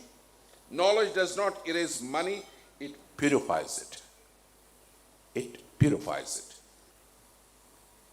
The ignorant, the faithless, and the doubting soul perish. For the doubting, there is neither happiness in this material world nor the next. After years of steady growth, your company began exploring automation and AI-based systems that would soon take over several human controls. Safety processes. The idea excited everyone but you. What if it fails? What if my experience become absolute? You thought. The more one reads about new technologies, the more uneasy one grows. At meetings, you comment, turn cautious and skeptical. Healthy doubts keep us safe, everyone tells him. Yet at night, doubt turned into fear. I'm not sure about these new systems. You may ponder, maybe they will cause more harm than help. Or maybe I'm just afraid to let you go out of control. The mentor smiled knowingly. Krishna warned Arjuna that doubt is like a fog. It hides the path even when the road is clear. Too much trust is blind. Too much doubt blinds too. Krishna reveals that renunciation does not mean escaping duties and withdrawing from life. It means performing one's role with a detachment and peaceful heart. Freedom is not found in leaving the world behind, but in living within it. Without being bound, everyone can learn how serenity grows from balanced efforts, how inner peace arises from selfless service. That's why you see the big entrepreneurs still exist since 200 years, 250 years, 300 years. What is the good quality of such entrepreneurs who are still having their entrepreneurship going on very strong and strong? You must learn from such good, wonderful examples. The lesson is simply yet profound that one who works without claiming, serves without expecting, and rests without guilt is already free. That's when you sleep. You sleep very soundly. You don't take pills for sleeping. When that situation will come in your life, when you will sleep, even if you sleep for 4 hours sound sleep, in the morning you will get up fresh. Both renunciation of action and selfless action lead to liberation, but of the two, selfless action is superior. Gita is teaching you. Krishna is teaching you. One realizes that quitting might bring silence outside, but unrest within. What he truly ought wasn't the absence of activity, but the absence of ego in activity. When you apply that, you become more karta. You try to work more. Sometimes people say that sadhus, are ye kya khate hain, kya karte hain? They work. My dear sons, Jairamana has seen me working out of 24 hours, sometimes even 20 hours. We work more than anybody. Bhoktaram yakitab sam sarvaloke maheshwar. Krishna is saying that I have the bhokta of all the yagyas. Peace comes one who knows me as the ultimate enjoyer of all sacrifices, the supreme Lord of all worlds, and the true friend of every being. For one who has conquered the mind, this is what Bhagavad Gita is teaching, is the best of your friend. But for one who has failed to do so, the same mind acts as a worst enemy. By giving it purpose, Lord said, an idle mind invents enemies, an engagement mind becomes more companion. Train it the way you are trained as an assistant. Assign tasks, appreciate progress, and never leave it unsupervised. Every night you will find something new. Before sleeping, you can write next day's goals in your notebook. Sometimes you carry the notebooks, but you don't write anything. What I have to do next. My mind is not my enemy. It is a mirror of my discipline. And this is lacking nowadays. People are not disciplined. When you lead it with clarity, it follows with loyalty. It follows with loyalty. That's something, the key to the success. The Lord smiled knowingly. Even the best engine won't run if the oil is low. Krishna told Arjuna that yoga isn't just about mind control, it's about balance. If you eat too much or too little, sleep too much or too little, or work without rest, the mind loses stability. This is what is required for our new entrepreneurs who keep their workers awake till 1 o'clock in the night. I see one entrepreneur, he sends his workers at 12 o'clock in the night and he reaches at 1 o'clock at his home. He has the dinner at 2 o'clock and he sleeps up to 11 o'clock. Then 1 o'clock he is back into his office. What will be his condition? What will be the condition of his subordinates? They have become robots. This is not good. You will realize that self-discipline wasn't about austerity. It was about rhythm. Like music, it needed both sound and silence. Control exhausts, balance restores. A peaceful mind is not a still pond. It's a river that flows steadily without flooding its banks. If you look at the city lights flickering in harmony, you will whisper with confidence, Perhaps real yoga is not withdrawal, it's wise alignment. Yeah. Thank you very much for telling me. I'm just about to close it. Krishna assured Arjuna that no sincere effort is ever wasted. Even a few steps in the right path protect one from the great fear. The fall doesn't erase the journey, it refines it. Especially imperfect practice. Lord smile, it teaches humility. The divine measures sincerity, not success. Each attempt leaves an imprint in your consciousness. It carries forward even when you forget it. So, every sincere effort is recorded in the universe. The super soul keeps the account even when the soul cannot, even having all the gadgets. Among all the yogis, one who always abounds in me, who thinks of me within himself and serves me with faith and love, that yogi is most intimate, united with me. This is what Krishna gives the instruction to Arjuna. Matta smriti jnanam apohanam cha. I give the knowledge and remembrance. And if we have the two intact, we can conquer the world. And especially the you entrepreneurs, Indian entrepreneurs, you have a wonderful time when India is becoming the fourth largest economy. You can put the best because the leader is the best, opportunity is the best, and you can become better entrepreneurs by having and holding Bhagavad Gita, the teachings of the Bhagavad Gita with you all the time. That will make you different from the rest. In the Western countries, my dear friends, people are smoking, drinking, illicit sex, relationships, and whatnot. But you Indians, you have your own ethics. And this ethics of Bhagavad Gita, ethics of the Bhagavatam, ethics of the parents, ethics of the sages, you carry it through generations. And if you cling to it all your life, you will be successful all the time. You don't see the success by the bank balance. You see the success by your good work, what you do in your life. I must thank all of you for listening me. And I know the time is short. And I close it here. And I can only say Om Tat Sat. And I tried my best to prepare something for you today for the entrepreneurs. And it took me some good time to scribble something since, what is his name? Our Srinath Shettyji ordered me to come, and I thought that I must give you the glimpse of Bhagavad Gita through the journey by which you will be benefited. Of course, the repetition of this can only mean that you have to ponder on the Bhagavad Gita, make this Bhagavad Gita as your friend, and every day you can draw the strength from the teachings of the Bhagavad Gita and the best knowledge you have available in the world. Srila Prabhupada was such a great acharya who took this Bhagavad Gita all over the world, and all over the world people are getting benefited out of it.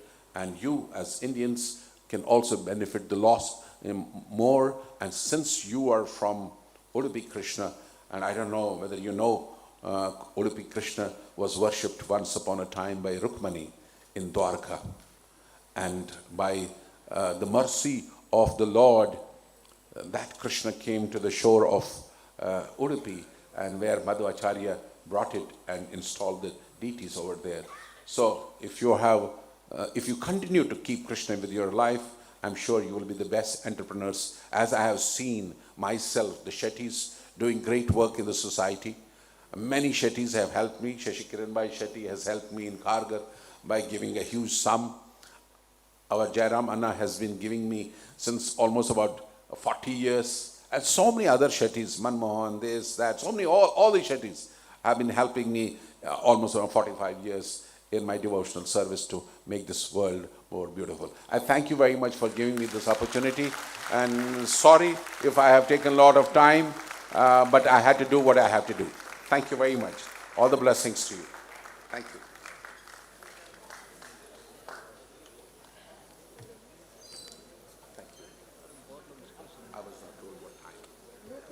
So thank you so much for actually giving us this wisdom.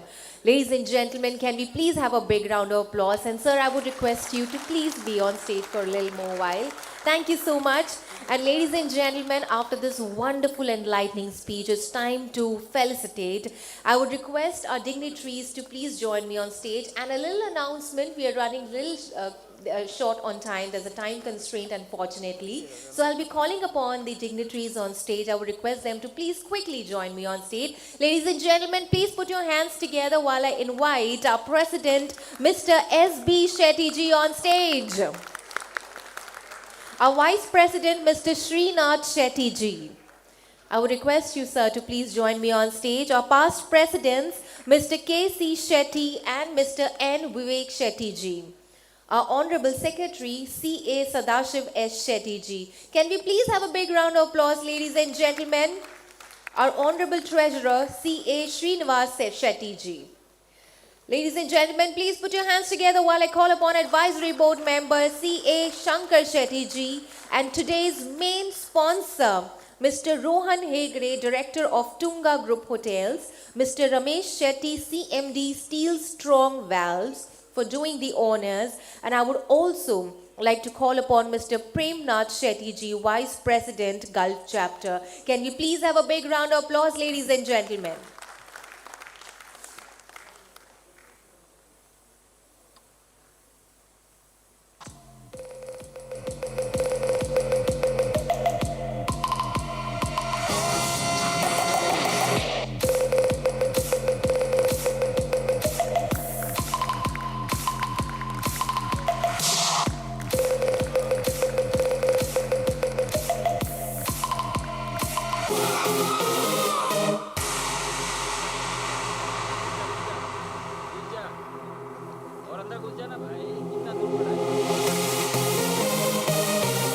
Well, thank you so much, His Grace, Dr. Surdas Prabhuji, for joining us here. It was truly an enlightening experience. Ladies and gentlemen, can we please have a big round of applause? I would just request our President, Mr. S.B. Shetty ji, and our Vice President, Mr. Srinath Shetty ji, to be on stage. And I request all our dignitaries to please take their seat. And now it's time, ladies and gentlemen. And sir, I would also request you to please take your seat and rest. Thank you so much for joining us here today. It was an absolute honor to have you here. Ladies and gentlemen, can we please have a big round of applause once again? Thank you so much. And now, ladies and gentlemen, it's time for another felicitation. Well, the CMD of McCoy Group and VK Group of Industries. McCoy is a trusted brand of VK Group. Doyen of Mixtures and Coolers has created a brand image. He has created a manufacturing facility to produce more than 1 lakh mixers and 50,000 air coolers per day.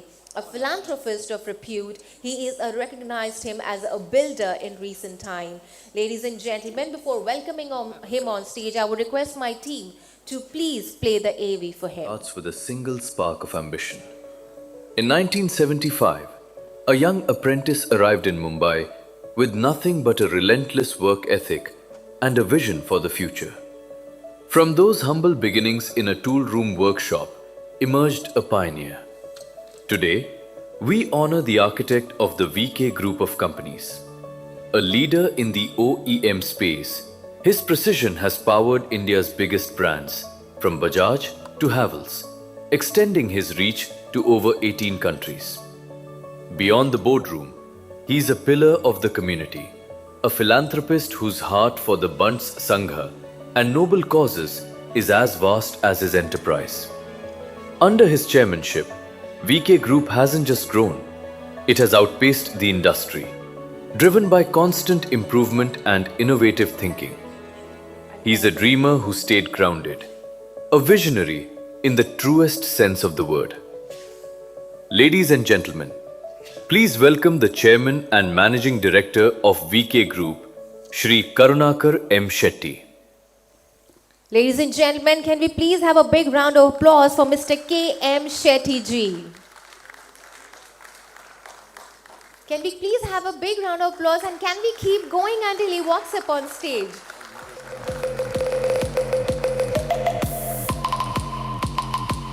And I would also request Mr. K.M. Shetty's wife to please come on stage and join us.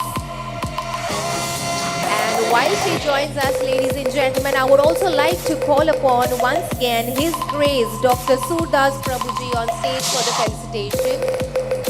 So can I please request you to please join me on stage once again. Ladies and gentlemen, can we please have a big round of applause?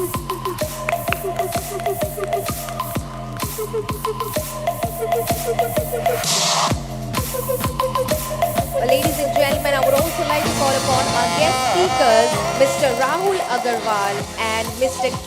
Ravichandran. Our Joint Secretary, Mr. Nishit Shetty ji, our Joint Treasurer, Mr. Anil Shetty, and IBCCI Director, Mr. Kishan Shetty for doing the honors. Come on, everyone!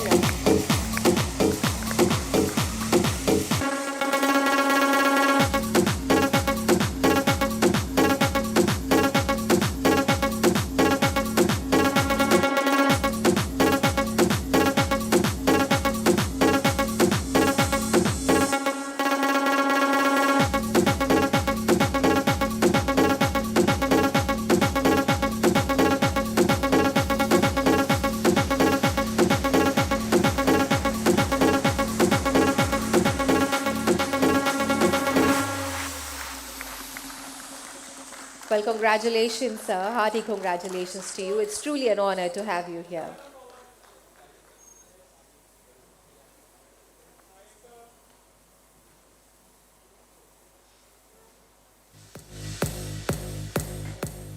Well, thank you so much. I would request all our dignitaries to please take their seats and settle down. And I would request Mr. K.M. Shetty ji to please join me at podium for speech. Can we please have a round of applause, everyone?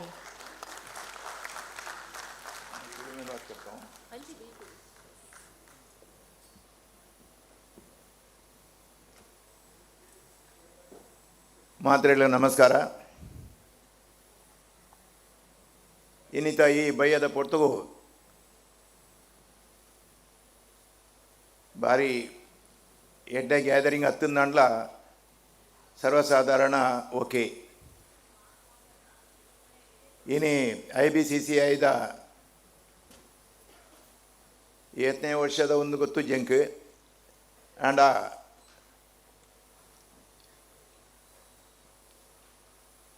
ಇನ್ನಿತ ಈ ಸಮಾರಂಭದ ವೇದಿಕೆಡು ಒಂದು ಅವಕಾಶ ಕೊರ್ನಿಂಚಿನ IBCCIದ president SB Shetty ಮೇರೆಗೆ ಏನ ಧನ್ಯವಾದಗಳು. ಇನಿ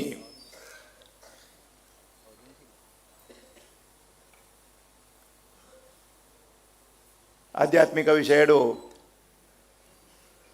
ನಮ್ಮ ಸೂರ್ದಾಸ್ ಆರು ಎಡ್ಡೆ ಎಕ್ಸ್ಪ್ಲೈನ್ ಮಲ್ತೇರು ನಂಗೆ ಭಗವದ್ಗೀತದ ವಿಷಯ ಅಂಚೆನೆ ನನ್ನಲ ಇರುವೆರು ಒಳ್ಳೆಯರು ಒಂಜಿ ಆರ್ಥಿಕ ವಿಷಯಡು ಬಕ್ಕೊಂಜಿ ಔದ್ಯೋಗಿಕ ವಿಷಯ ಪಾತಿರ್ರೆ ಯಾನು ಹೆಚ್ಚುದಲ ಪಾತಿರುಜಿ ಆಂಡ ಒಂಜಿ ಇಂಕ್ ಕೋಡೆ ನಿಶ್ಚಿತ್ ಪಂಡಿರು ಸರ್ ಈರ್ನ ಜರ್ನಿ ಎಂಚ ಬತ್ತಂಡು ಎಂಚ ಆಂಡು ಒಂದೊಂಜಿ ಯಂಗ್ಸ್ಟರ್ಸ್ ಅಗ್ನಕ್ಕೆ ಒಂಜಿ ಗೊತ್ತಾಂಡ ಎಡ್ಡೆ ಪಂಡು ಆಂಡ ಮೂಲು ಯಂಗ್ಸ್ಟರ್ಸ್ ಏರ್ಲ ತೋಜ್ಜೆರ್ ಇಂಕ್ ಪೂರ ಎಕ್ಸ್ಪೀರಿಯನ್ಸ್ ದಕ್ಕಲೆ ಒಪ್ಪುನು ಯಾಂದಲ ಪನ್ನೋಡು ಪಂದಿಜ್ಜಿ ಕಷ್ಟ ಬರಂದೆ ಹೋಗು ಕೆಲಸಲ ಆಪುಜಿ ಭಾರಿ ಹಾರ್ಡ್ ವರ್ಕ್ ಮಲ್ತದು ಎಲ್ಪನೆ ಇಶ್ಯೂಡಿ ಯಾನು ಬೊಂಬೈ ಬೈದೆ ಎನ್ನ 10ನೇ ಕ್ಲಾಸ್ ಮಲ್ತದು ಊರುಡು ಐದು ಬಕ್ಕ ಬೊಂಬೈ ಬರ್ತದೆ ಮೂಲು ಟೂಲ್ಡ್ರು ಮುಡು ಒಂಜಿ ಅಪ್ರೆಂಟಿಸ್ ಆದ ₹3 ಸಂಬಳ ನಾನು ಕೆಲಸ ಮಲ್ತೀನಿ 2.5 ವರ್ಷ ಕೆಲಸ ಮಲ್ತದೆ ಐದು ಬಕ್ಕನ್ನ ಎನ್ನ ಸ್ವಂತ ಆಯ್ನ 10x10 ಇತ್ತ ಒಂಜಿ ಗಾಲೋಡು 100 ಸ್ಕ್ವೇರ್ ಫೀಟ್ ಎನ್ನ ವೆಂಚರ್ ಏನು ಚಾಲು ಮಲ್ತೆ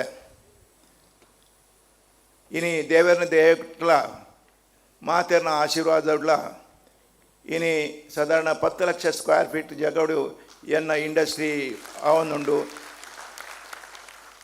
ಬೇತೆ ಬೇತೆ ಕೊಡ್ಡು ಅವು ಪಾಲ್ಗರಡುಂಡು ಪಾಲ್ಗರಡು 3-4 ಯೂನಿಟ್ ಉಂಡು ಸಾಧಾರಣ ಒಂಜಿ 5 ಲಕ್ಷ ಸ್ಕ್ವೇರ್ ಫೀಟ್ ಪಾಲ್ಗರಡೆ ಉಂಡು ಎನ್ನ ಅಂಚನೆ ಬೊಕ್ಕ ಸಿಲ್ವಾಸೋಡು ಉಂಡು, ಹಿಮಾಚಲ್ ಪ್ರದೇಶ್ ಬದ್ದಿಡು ಉಂಡು.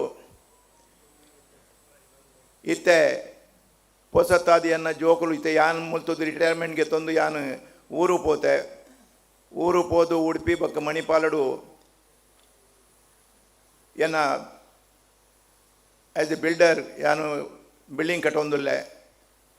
ಅವತ್ತಂದೆ ಇತ್ತೆಗೆ ಸಾಧಾರಣ ಒಂಜಿ 6-7 ತಿಂಗಳಾಂಡು ಯಾನು ಎರ್ಮಾಲ್ಡು ಫರ್ನಿಚರ್ ಕಂಪನಿ ಒಂಜಿ ಸ್ಟಾರ್ಟ್ ಮಲ್ತೆ. ಒಂಜಿ 2 ಲಕ್ಷ ಸ್ಕ್ವೇರ್ ಫೀಟ್ಡ್ ಫರ್ನಿಚರ್ ಕಂಪನಿ ಚಾಲು ಮಲ್ದೆ. ಎಡ್ಡೆ ನಡತೊಂದುಂಡು ದೇವರ ದೇಟು ಮುಲ್ತ ಫ್ಯಾಕ್ಟ್ರಿನ ಪೂರ ಮತ್ತು ಜೋಕ್ಲೆ ಕೊಡ್ತು. ಹೆಂಗೆ 3 ಜೋಕ್ಲು 3 ಒಂದೇನು ಮಾತ ಪಾಲ್ದು ಒಂದು ಡಿವೈಡ್ ಮಲ್ತದ್ದು ರೆಸ್ಪಾನ್ಸಿಬಿಲಿಟಿ ಹಾಕ್ಲೇ ಕೊಡ್ತೆ.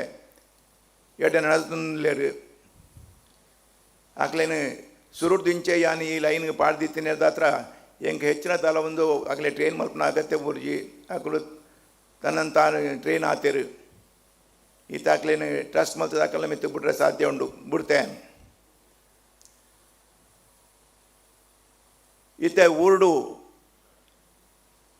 ಬಿಲ್ಡಿಂಗ್ ಒಂಜಿ 4 ಬಿಲ್ಡಿಂಗ್ ಆಣೆನ್ನೈತೆ. ಎಡ್ಡೆ ರೆಸ್ಪಾನ್ಸ್ ಉಂಡು, ಎಡ್ಡೆ ಕ್ವಾಲಿಟಿ ಬೊಕ್ಕ ಟೈಮ್ಲಿ ಡೆಲಿವರಿ ಒಂದು ಮತ್ತು ಮಲ್ತೊಂದುಲ್ಲೆ ಐದು ಹತ್ರ ಐತೆ. ಯಾನು ಅವ್ರು ಸಕ್ಸಸ್ ಮೂಲ ಯಾನು ಸಕ್ಸಸ್ ಅವರ ಕಾರಣ ಒಂಜಿ ಟೈಮ್ಲಿ ಡೆಲಿವರಿ ಅವತ್ತಂದೆ ಕ್ವಾಲಿಟಿ ಮೋಸ್ಟ್ಲಿ ಯಾನು OEM ಸಪ್ಲೈ ಮಾಡ್ತಂತೆ. ಏನ main customer Bajaj, Havells, Crompton, Usha ಅಂಚನೆ ಸಾಧಾರಣ 30 ಮಿತ್ ಕಂಪನಿಲಿಗೆ ಏನು ಸಪ್ಲೈ ಮಲ್ಪುವೆ.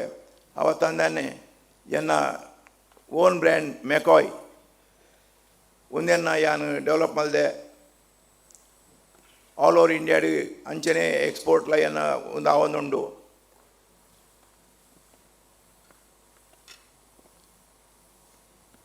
ನನ್ನ ಏನು ಹೆಚ್ಚಿಗೆ ತಲುಪ ಪಾತಿರಂದೆ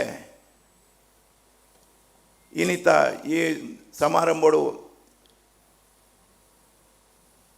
ಯಾನೋರಿ ಇಂಡಸ್ಟ್ರಿಯಲಿಸ್ಟ್ ಪಂಪಿನ ರೆಕಗ್ನೈಸ್ ಮಲ್ತದು ಏನು ಸನ್ಮಾನ ಮಲ್ತಿನ SB ಶೆಟ್ಟಿ ಬೊಕ್ಕ IBCCI ಕಂಪನಿ IBCCIದ ಮಾತಾ ಕಮಿಟಿ ಮೆಂಬರ್ಲೆಗ್ಲ ಯಾನು ಚಿರಋಣಿ ಆದುಲ್ಲೆ ಈತ್ ಪಂಡು ಎನ್ನ ರಡ್ಡು ಪಾತ್ರೆಯನ್ನು ಮುಖ್ಯ. ಜೈ Hind. Thank you, sir. Thank you so much for the lovely speech. And ladies and gentlemen, it's time to move on and felicitate someone who has been our relentless support. You know, usually in business and partnerships, our sponsors are just not supporters, but they are the collaborators in growth, and we deeply, deeply value their contribution. Ladies and gentlemen, we'll be felicitating our main sponsor, and he is the director of esteemed Tunga Group of Hotels. Under his dynamic leadership and the strong roots seeded by his father, Mr. Sudhakar Hegde, the group continues to set benchmarks in hospitality, service excellence, and the guest experience. His commitment to quality and innovation has strengthened the brand's legacy in the industry. Ladies and gentlemen, before I call him on stage, I would request my team to please play the AV for Mr. Rohan Hegde ji.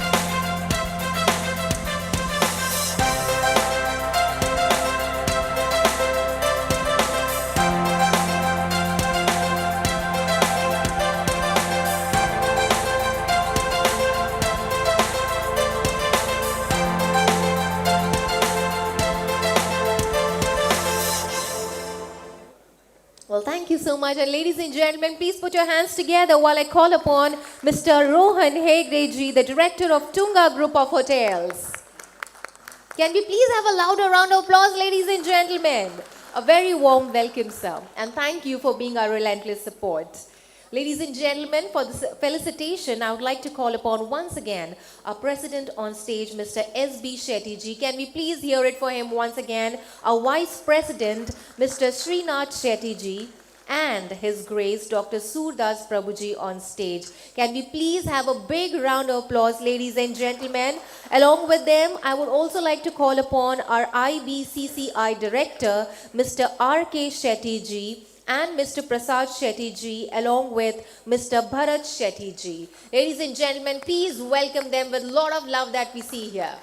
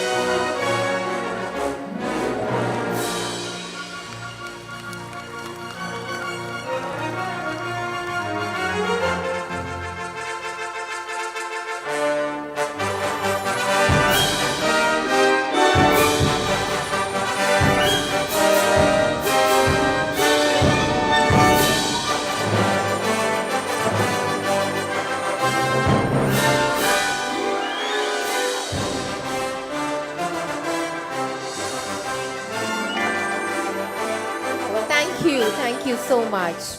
But I would request our president, Mr. S.B. Shetty ji, our vice president, Srinath Shetty ji, and His Grace, Dr. Surdas Prabhuji, to please be on stage. And I would request the rest of our dignitaries to please take their seat.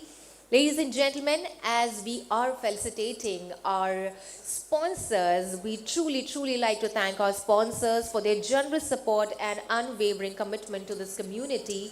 With that, I'd like to call upon our next sponsor, ladies and gentlemen. He's a visionary industrialist. He has been instrumental in building a brand synonymous with strength, precision, and reliability. His leadership continues to drive innovation and excellence in the engineering and manufacturing sector. Ladies and gentlemen, before I call him on stage, I would request my team to please play the AV for him.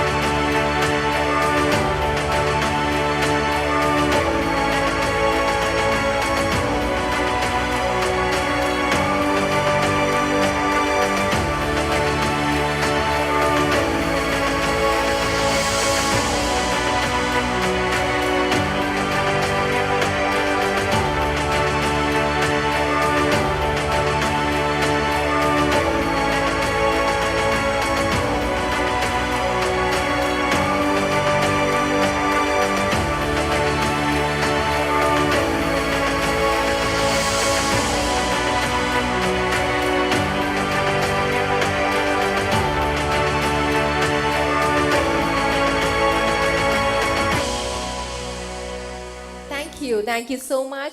Please put your hands together, everyone, for Mr. Ramesh Shettyji, CMD of Steel Strong Valves Private Limited. Can we please have a round of applause, ladies and gentlemen?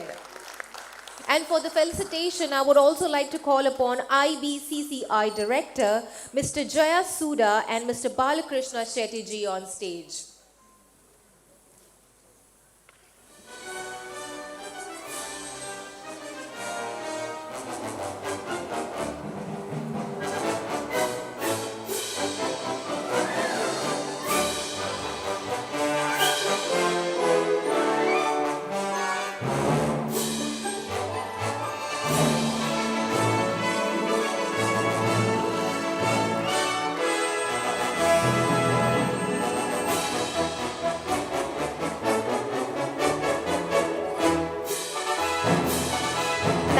Thank you so much, sir.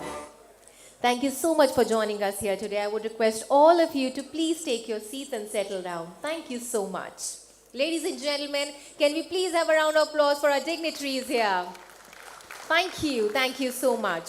And now it's time, ladies and gentlemen, to hear our guest speaker, where our speakers are just not speakers, but they are experts in their own field. They are leaders who have walked the journey, faced challenges, and transformed knowledge into impact. We are looking forward from learning from their valuable insights. Ladies and gentlemen, our first guest speaker, please put your hands together for Mr. K. Ravichandran, Executive Vice President and Chief Rating Officer, Indian Credit Rating Agency Limited. And I would request my team to please play the aid. K. Ravichandran brings over 3 decades of experience in the financial services industry, with nearly 28 years at ICRA Limited, an affiliate of Moody's. As Chief Ratings Officer, Ravichandran leads ICRA's analytical teams across corporate, financial, and structured finance sectors and oversees the company's rating committees. His responsibilities also encompass regulatory engagement and credit policy review. Ravichandran holds a B.Tech in Chemical Engineering from Anna University, Chennai, an MBA from Bharathidasan Institute of Management, BIM, Trichy, and is a Financial Risk Manager, FRM, certified by the Global Association of Risk Professionals, GARP, USA. A recognized thought leader, Ravichandran is a frequent speaker at industry conferences and is regularly featured in leading business news channels. He has authored numerous research publications on Indian credit markets. Ladies and gentlemen, please join us in welcoming Executive Vice President and Chief Ratings Officer, ICRA Limited, Mr. K. Ravichandran. Can we please have a round of applause, ladies and gentlemen? Well, the topic he would be speaking on is principal trends in SME financing, equity and debt, and credit perspective for Indian corporates. Well, ladies and gentlemen, along with Sir, I would also like to call upon our second guest speaker. Please put your hands together for Mr. Rahul Agarwalji, Senior Economist, Indian Credit Rating Agency Limited, and the topic he would be speaking on is outlook for the Indian economy in the context of geopolitical challenges. I would request my team to please play the AV. In a world driven by numbers, trends, and transformation, clarity is power, insight is leadership, and foresight defines the future. Mr. Rahul Agrawal joined the Economy and State Finances team at ICRA Limited in December 2021. As a senior economist, he specializes in macroeconomic analysis, forecasting, and policy assessment, shaping business strategy, government direction, and market confidence. He has written extensively on India's macroeconomic outlook, offering sharp insights into growth, inflation, fiscal trends, and financial markets. With over 14 years of experience across corporate strategy, institutional broking, and information services, ladies and gentlemen, please join us in welcoming Senior Economist, ICRA Limited, Mr. Rahul Agrawal. Please put your hands together, ladies and gentlemen, for Mr. Rahul Agarwalji. Well, over to you, sir.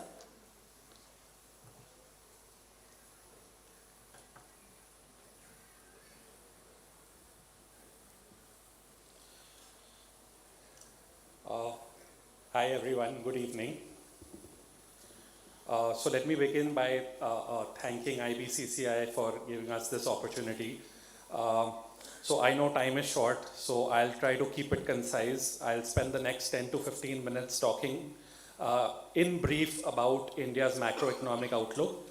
So the way I'm going to structure this is I'll talk about the near-term outlook very briefly, and then I'll spend some time talking about our medium-term outlook and some opportunities and challenges that face the Indian economy. So let me begin with that.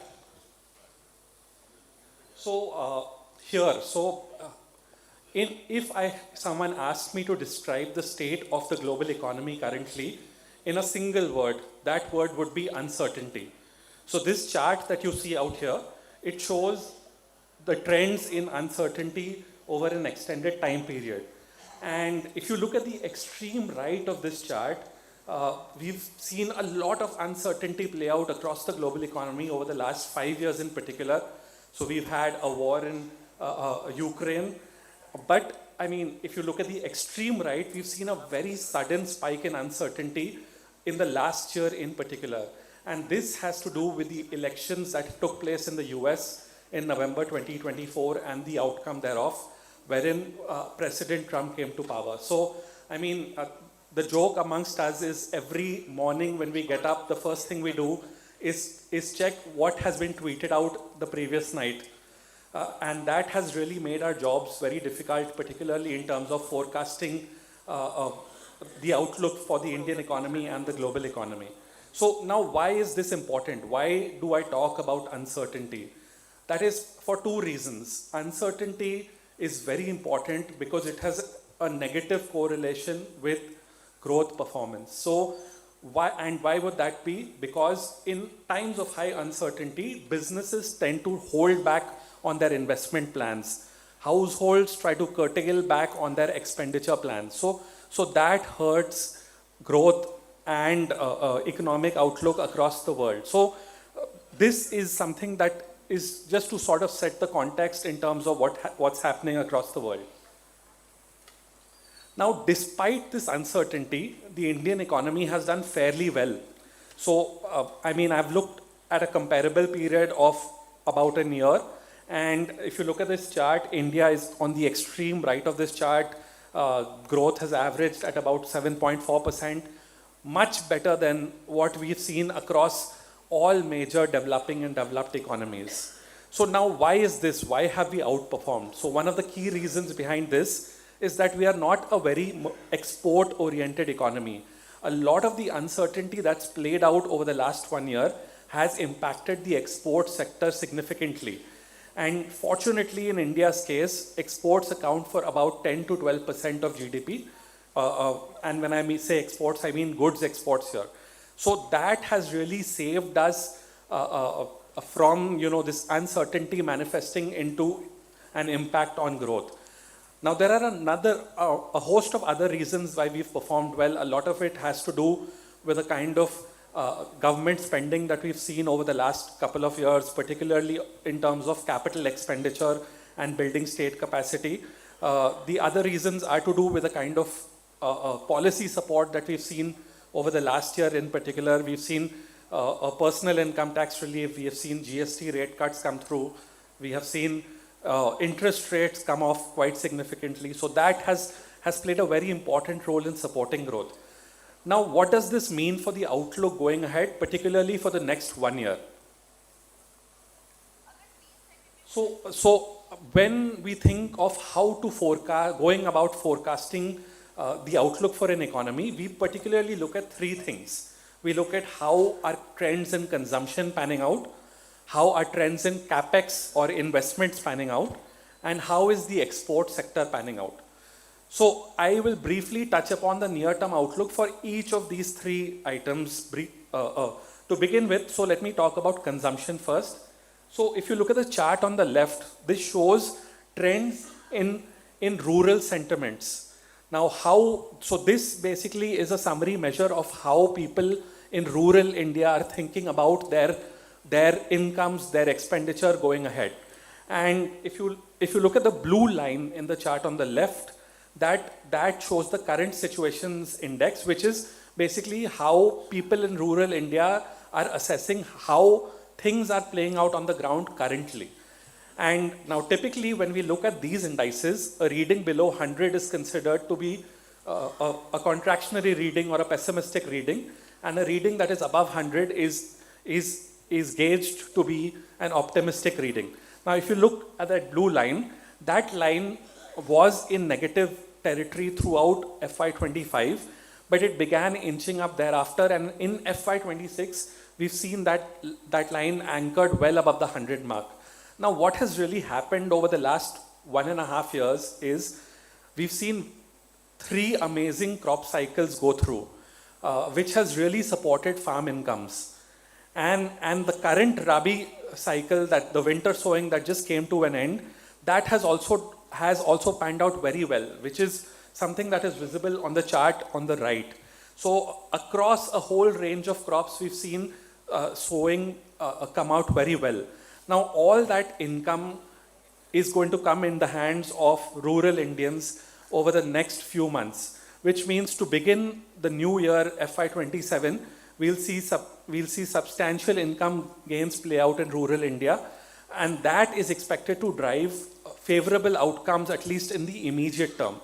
Now there's a catch here, and the catch again is the monsoon. So any adverse developments on the monsoon front is something that will impact outcomes, but again, forecasting monsoons is an impossible task. So at least to begin the year with, we are on a firm footing in rural India. Now again, a lot of the commentary around rural consumption, especially by FMCG companies, has been highlighting that trends are very strong. We've seen tractor sales do very well. Even motorcycle sales have done very well. So all these consumption related indicators for rural India have been doing well. And this also suggests that, at least in the immediate term, there is some insurance on the rural front. Now, really quickly moving on, if you look at the similar chart on the left for urban Indians, now this has remained below the 100 mark for quite some time, which means that on an average, the outlook by urban Indians is that of pessimism. Now that blue line that you see in the chart on the left has actually crawled up over the last 1 year. Now the reason behind that is the kind of policy support that we've seen through. Again, as I said, we've seen in the last budget, in the 2025 budget, we saw a personal income tax relief that put about 1 lakh crore in the hands of the salaried class. We've seen GST rate cuts that put another 2 lakh crore in the hands of the salaried class, in the hands of the consuming class. And we've seen rate cuts to the tune of about 125 basis points. So anyone that is paying an EMI has sort of seen lower interest outgo or lower EMI outgoes every month compared to maybe a year back. So all these measures have sort of pushed up the outlook in general for urban India. And some of these trends are likely to continue when we move into FY27, but the impact is likely to fade off as we move towards the end of the fiscal. Now, on the capex side, one of the key questions that we get asked is, why is private capex not doing well, and when will private capex pick up? Now, this is a very, very common question. Now, the answer to this question is, there are a lot of necessary conditions that need to be met before businesses actually start investing in a big way. Now, what are these conditions? Capacity utilization levels at existing plants need to be high. And that has been the case. So if you look at the chart on the left, we've seen capacity utilization levels inching upwards, and they're well above the 75% mark, but in general, they are crawling upwards. So that is a necessary condition that is being met. Now, businesses have also made sufficient profits over the last few years, especially the listed businesses. So in the post-COVID period, we've seen profitability improve, and the kind of profits that listed companies have made has been quite sizable. So that by itself should have triggered a private capex cycle. So that again is something that is in place. Balance sheets are cleaner. both on the lending side as well as on the borrowing side. So all these necessary conditions are in place. But what is really missing, and when I say necessary conditions are in place, these are not sufficient to drive a private capex cycle. What is really missing is demand. And when I say demand, I particularly mean external demand, which I'll come to in a few slides. So exports have been flat over the last 2.5 years. So all that global uncertainty that I talked about has actually held back our export sector, and that has not really unleashed confidence in private players to go about investing. Now, when I talk about capex, the government also plays a very important role. And trends here have been very, very optimistic. So if you look at the chart on the left, this shows the government of India's capex. And these numbers have just exploded over the last few years, especially in the post-COVID period. So when, you look at FY13, government of India's capex was about 1.7 lakh crore. In a span of 7 years, that doubled to 3.4 lakh crores by 2020. And by FY27, that number is expected to go up to 12.2 lakh crores. So we are seeing a 3xing of government capex in the last 7 years, which is very, very high growth. Now, what the government's strategy was in the post-COVID period was it went all out on doing capex. So we saw a lot of this reflecting in particular sectors, especially roads, highways, railways, urban infrastructure. All of us know how fast the metros have come up in Bombay. So all of this played out in a very rapid manner in the post-COVID period. Now, when I talk about FY27, if I look at the government's recent budget, the government is expecting to push up capex by about 11%, which is a double-digit growth, which is sort of favorable. So now, what has happened on the private capex side is some of the uncertainty that I talked about is going to go away, because we've seen tariff levels come down, particularly on trade with the US, and we've also seen a trade deal, a free trade a deal go through with the EU. So I'll just come to that on my next slide. So what I'm trying to get at is broadly these trends, the consumption and the export outlook sort of portends well for the investment sector. Now, on the export front, as I said, if you look at the chart on the left, we've seen our exports flatline over the last 3 years. There's been zero growth in exports, and that has sort of held back investments by businesses. Now, going ahead, the tariff with the US has come down from 50% to 15%. Now, which is a very big favorable development, at least, one would have imagined with a 50% tariff hit, the price competitiveness would have been, of Indian exports would have been hit really badly, and we would have penciled in a contraction in exports in FY27. So at least that adverse scenario goes away. Now, on the deal with the EU, we've basically had a free trade agreement with the EU, but there is still some time for that to come in place. So that deal has yet to be ratified by the European Parliament and the Indian Cabinet, and that the favorable impact of that deal will only come through in FY28. So all in all, we are expecting between a 2 and a 4% growth in exports, which is slightly better than what we have seen over in the current year and the previous year, but is still very low. Now, what does this mean for our overall growth outlook? So we are expecting GDP growth at about 7.1% in FY27, which is a very healthy number. Now, this is a markdown from the levels that we are expecting for FY26, but a growth number in the range of maybe 6.5% to 7.5% would be considered very favorable. So that is it on the near-term outlook. Now, let me just quickly move on to what we expect in terms of the medium-term outlook.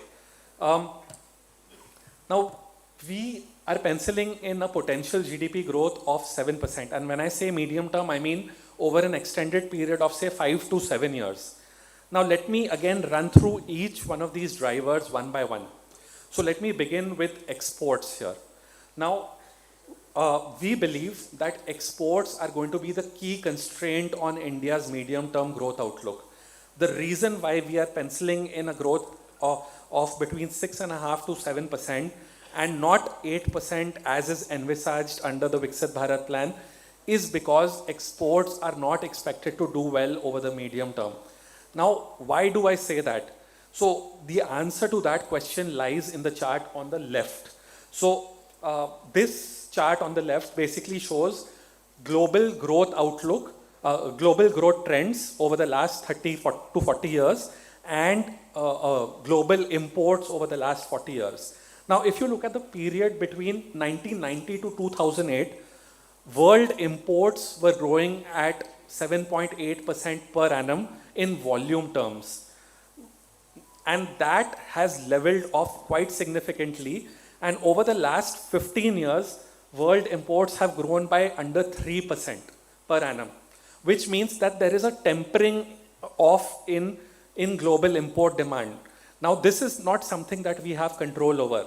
So, this is a hand that we were served externally, which also means that to grow our exports, we need to really work on enhancing market share, because the size of the growth in the size of the pie is going to slow down. Now what we need to do is capture a bigger slice of the pie, which is a very hard thing to do.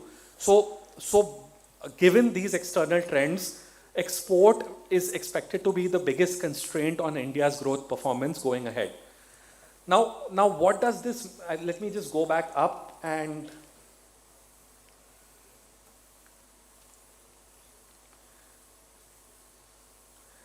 now, what does this mean on the other segments of the economy? What does this mean for investments? What does this mean for consumption? When exports are not going to grow at a very rapid rate and support our economic outlook, this means that businesses will not expand capacities at a very rapid pace.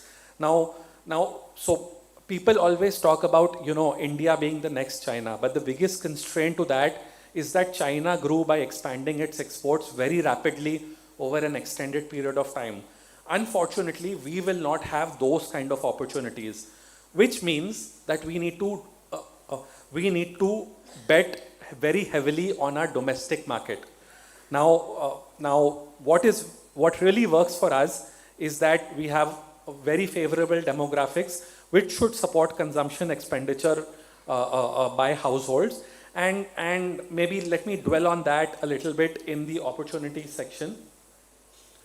So this is going to drive a lot of interest, I believe. Especially amongst all the businessmen within you. Now, what do I mean when I say a 7% growth? Now, what does this mean for you? So typically, when I say India is going to grow at 7%, this is the real GDP growth that I'm talking about.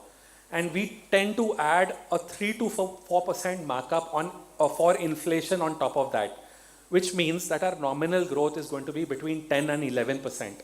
Now, nominal growth is very important because all your nominal indicators, so for example, for a business, your sales would be anchored to this number, your PAT growth would be anchored to this number.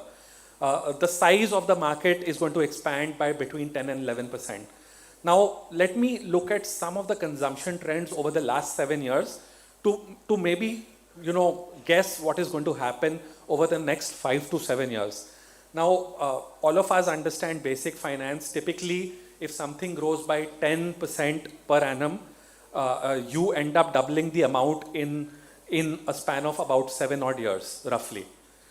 So if I look back at the data for consumption expenditure by Indian households, which is what this table out here shows, Indian households spend about 92 lakh crore rupees in FY 2017 on consumption items. And at a growth of 10%, this number doubled to about 181 lakh crore rupees by FY 24. Now, if we continue to grow between 10 and 11%, this number is set to double to about 360 lakh crore by FY 31. Now look at some of the individual segments. So let me just pick one or two segments and run through them very quickly. Now, the key point here is not everything is growing at the same pace. So let's pick an item like packaged food. So Indians consumed about 3.2 lakh crore worth packaged food in FY17, and that number went up by 2.5 times to about 8 lakh crore by FY24. And if I assume that the same pace of growth continues over the next 7 years, this number is going to about 21 lakh crore. So this is the size of the market opportunity that is going to be, onto you. So now I just want to make two key points here. Is that when incomes increase, discretionary consumption increases at a disproportionately faster pace. And that is what is visible in this data. When overall consumption has increased by 2 times, consumption of items like packaged food or something or segment like restaurants and hotels has increased at a much faster pace. And when we move up from FY24 levels to FY31 levels, this effect is going to intensify further. So the estimates that I have for FY31 are very conservative in nature. So a lot of these segments are going to grow at at a much more rapid pace than the pace of increase in incomes or consumption in general. I think there is another side to this coin, and this is my final slide before I pass it on to Ravi. What is the main challenge that the Indian economy faces in over a 5 or a 7 year period? Will India be able to create enough jobs? And now these are two sides of the same coin, because you don't get that consumption boom without creating enough jobs. So now there are very unique quandaries that the Indian economy faces in terms of the employment challenge. The first one is that we need to create at least 65 to 75 lakh jobs per annum. And all these jobs need to be in the non-farm sector, because we have too many workers in the farm sector. So almost, if you look at the chart on the left, 46% of our workforce is employed in the farm sector. And this is an outsized number. So if you look at the developed economies, the proportion of workforce employed in the farm sector would be between 1 and 2%. So how do we create enough non-farm jobs to move the excess labor that we have in the farm sector to, say, the manufacturing or the construction or the services sectors? That is one challenge that we have. Now, the other important challenge we have is the quality of jobs. So only 20% of the total workforce in India has salaried jobs. All the others, so another 20% is unpaid labor, another 20% is casual labor, and the rest are self-employed people. So how do we increase the size of the salaried labor? And the third and the most important one is that in India, unemployment levels are positively correlated with education, which is a very big surprise. So when all of us were young, our parents used to tell us that, please study hard, you need to get a job. But the data shows something that is completely the opposite. The more educated you are, the more chance that you are unemployed. So if you look at the chart on the right, unemployment rates amongst the illiterate are the lowest, are less than 1%. But unemployment rates amongst graduates and postgraduates are over 10%. Now this just blows your mind. How can this be possible that, the less literate, the less educated are not struggling in the job market, while the more educated people are really struggling? And the answer is twofold. The first one is that Indian education does not provide the required skills that you need in the job market. So we talk to a lot of corporates and they tell us that, we just can't find the right candidate with the right education and the right skills. So on the one hand, we are thinking of high unemployment levels, but at the same time, some corporates are telling us that we don't have enough skilled labor. So how do we bridge this gap will be very important. Now, the second important thing is linked to the point that I had made earlier on salaried jobs. There are not enough salaried jobs in India. And even amongst the salaried jobs, a lot of the jobs come without any social security benefits. So that it's by itself is sort of a discouragement. So with that, let me end here and pass it on to my colleague Ravi to discuss the next topic.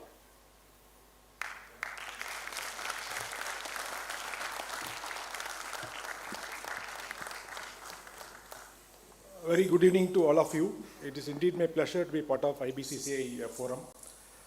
Whenever I think of Bunds community, two things come to my mind. One is enterprise and second one resilience.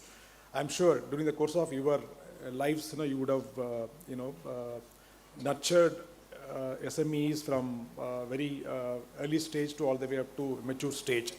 Through sustained hard work and reinvestment of profits and so on and so forth. So whenever we talk of SMEs, MSMEs, we are talking of enterprises which are owned by communities like Bunds.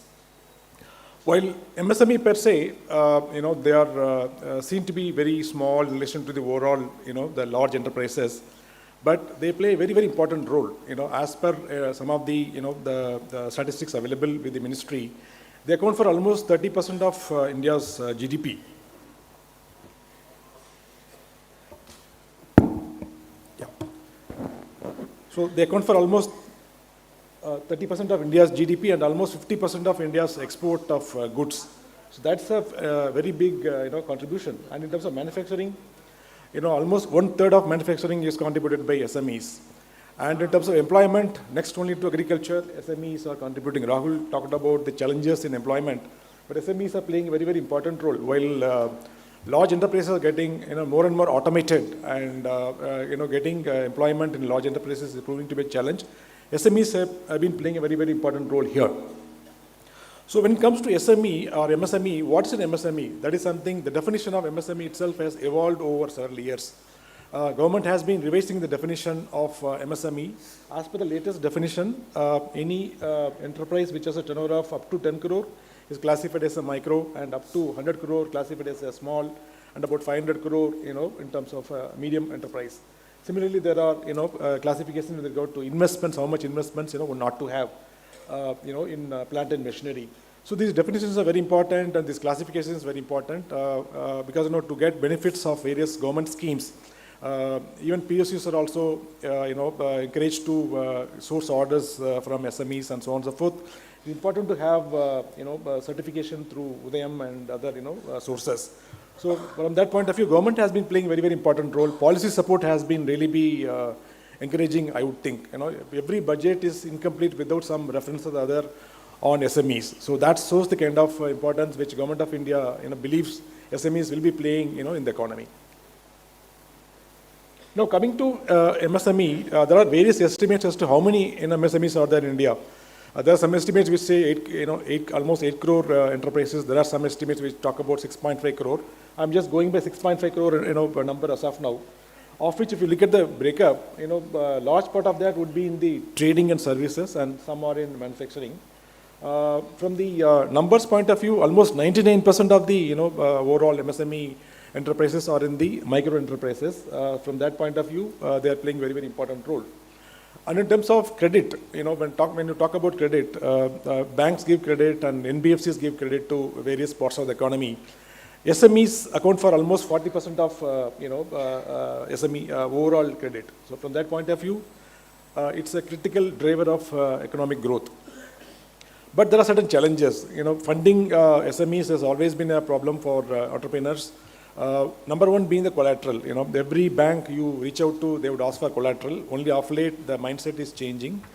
Not many entrepreneurs would be in a position to even give personal guarantee. Sometimes can be so onerous.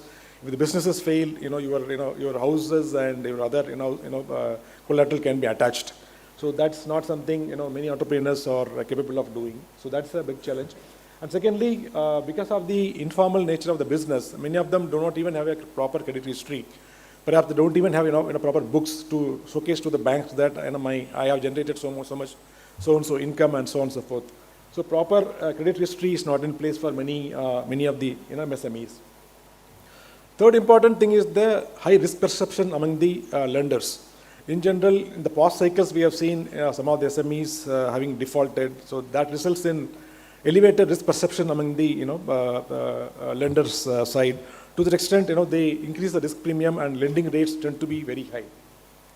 And also awareness. While of late, a lot of new avenues have come into the market, but awareness of the new financing schemes perhaps is not really there, and a lot needs to be done to educate the entrepreneurs as to the new sources of financing for SMEs. And last but not the least, accessing equity capital has always been a challenge. Most of the entrepreneurs would start with their family savings and so on and so forth. Accessing external equity capital was something unheard of. Only in the last decade, perhaps, we have started on this journey. And while I'll touch upon SME, equity listing, but that is something accessed by only very few corporates. When we are talking about 8 crore enterprises, actual companies which are listed, there are only about 1,400. So that's a very, very small number. A lot needs to be done before many of the SMEs can access equity capital. Let me start with equity financing. Over the last 10 years, because of various measures by Government of India, through Ministry of Finance and through the stock exchanges, today we have vibrant SME platforms, both in Bombay Stock Exchange as well as National Stock Exchange. We have 2 SME platforms. If you look at the fundraising numbers, almost 35,000 crore has been raised by about 1,400 companies in the last 10 years. While issue size per se may be very small, 5 crore, 10 crore, etc., on average it has been about 15 to 20 crore. That's the kind of money which individual companies have been able to raise. But nevertheless, it plays a very important role. Somebody else is placing their faith on this entity, which gives them growth capital and working capital, and sometimes they can even do deleveraging also. So SME platforms have been a great success story in India, but a lot needs to be done before other crores and crores of enterprises can hit this market. So if you look at the NSE index, NSE has a SME focused index. If you look at the broad composition of the industries from which these companies have raised capital, capital goods is the single biggest sector, followed by you have FMCG, a few consumer durable companies, healthcare, and so on and so forth. In general, the equity markets have done pretty well in the last 4-5 years, especially during the post-COVID period.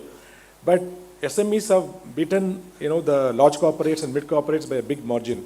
If you look at the return generated by this Nifty index since inception, it's about 10 years, slightly less than 10 years. So on a CAGR of about 32%. So every year, it's like every year generating about 30-odd%.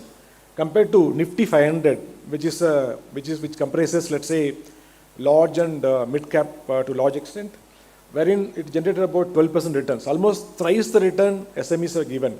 So wherever the SMEs have been able to find funding through equity, they have given good return. But at the same time, there have been certain horror stories as well. There have been certain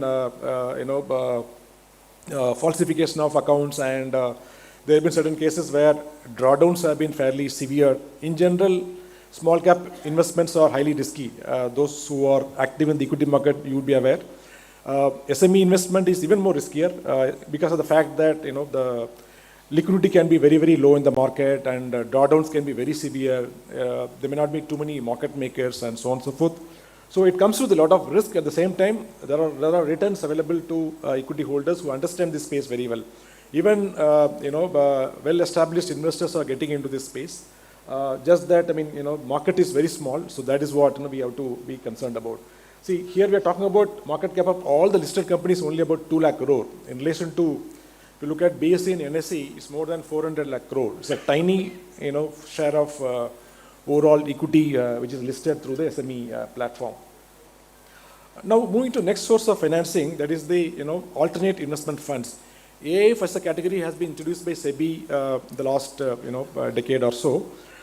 These AIF have products for equity, debt, and so on and so forth. They also there is something called private credit. That is another route through which AIF invests. So there are some of the SME-focused alternate investment funds. Some funds have been set up by SIDBI and NSIC and so on and so forth. They do have dedicated platforms for financing SMEs. But amount is very small. We are talking about 23,000 crore from all these platforms. So again, perhaps more needs to be done on AIFs as well. Now coming to very important source of financing, debt. That is where most of the SMEs have found their comfort level.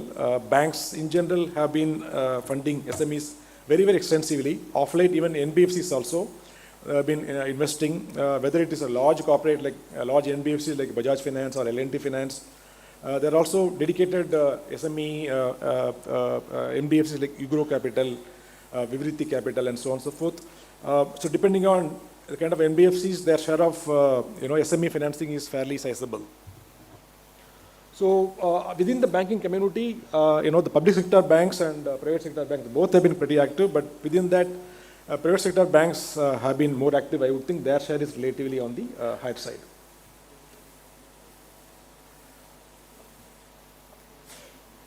So if we talk about products per se, there are various forms of lending. The easiest option would be unsecured loans, where you don't have to give collateral or guarantee from the promoter side. But of course, it comes with the higher rates of interest. There are other loans like loan against property. If you have your residence or even a factory building and so on and so forth, loan against property is another important product. Supply chain financing, especially on the receivable side and payable side, that is something dedicated banks and NBFCs provide, and hypothecation of your inventory and so on and so forth. So these are the major products which are getting through which banks do fund. But interest rates vary from as low as 10%, 11% to as high as 20, 30%, depending upon the risk perception of the lenders. So another important source is the securitization. There's something called securitization in the financial world. Banks and NBFCs, from their receivables, they parcel that to external participants, external investors. For example, a bank may have lent a car loan or let's say a commercial vehicle loan to thousands of borrowers. So similarly, they would have funded thousands of SMEs. Those receivables are securitized to external investors. External investors could be here, mutual funds or HNIs or family offices and so on and so forth. So securitization is another important tool through which banks are able to recycle their capital. And there's another route called co-lending, wherein some banks may not have really the core expertise to analyze the SMEs.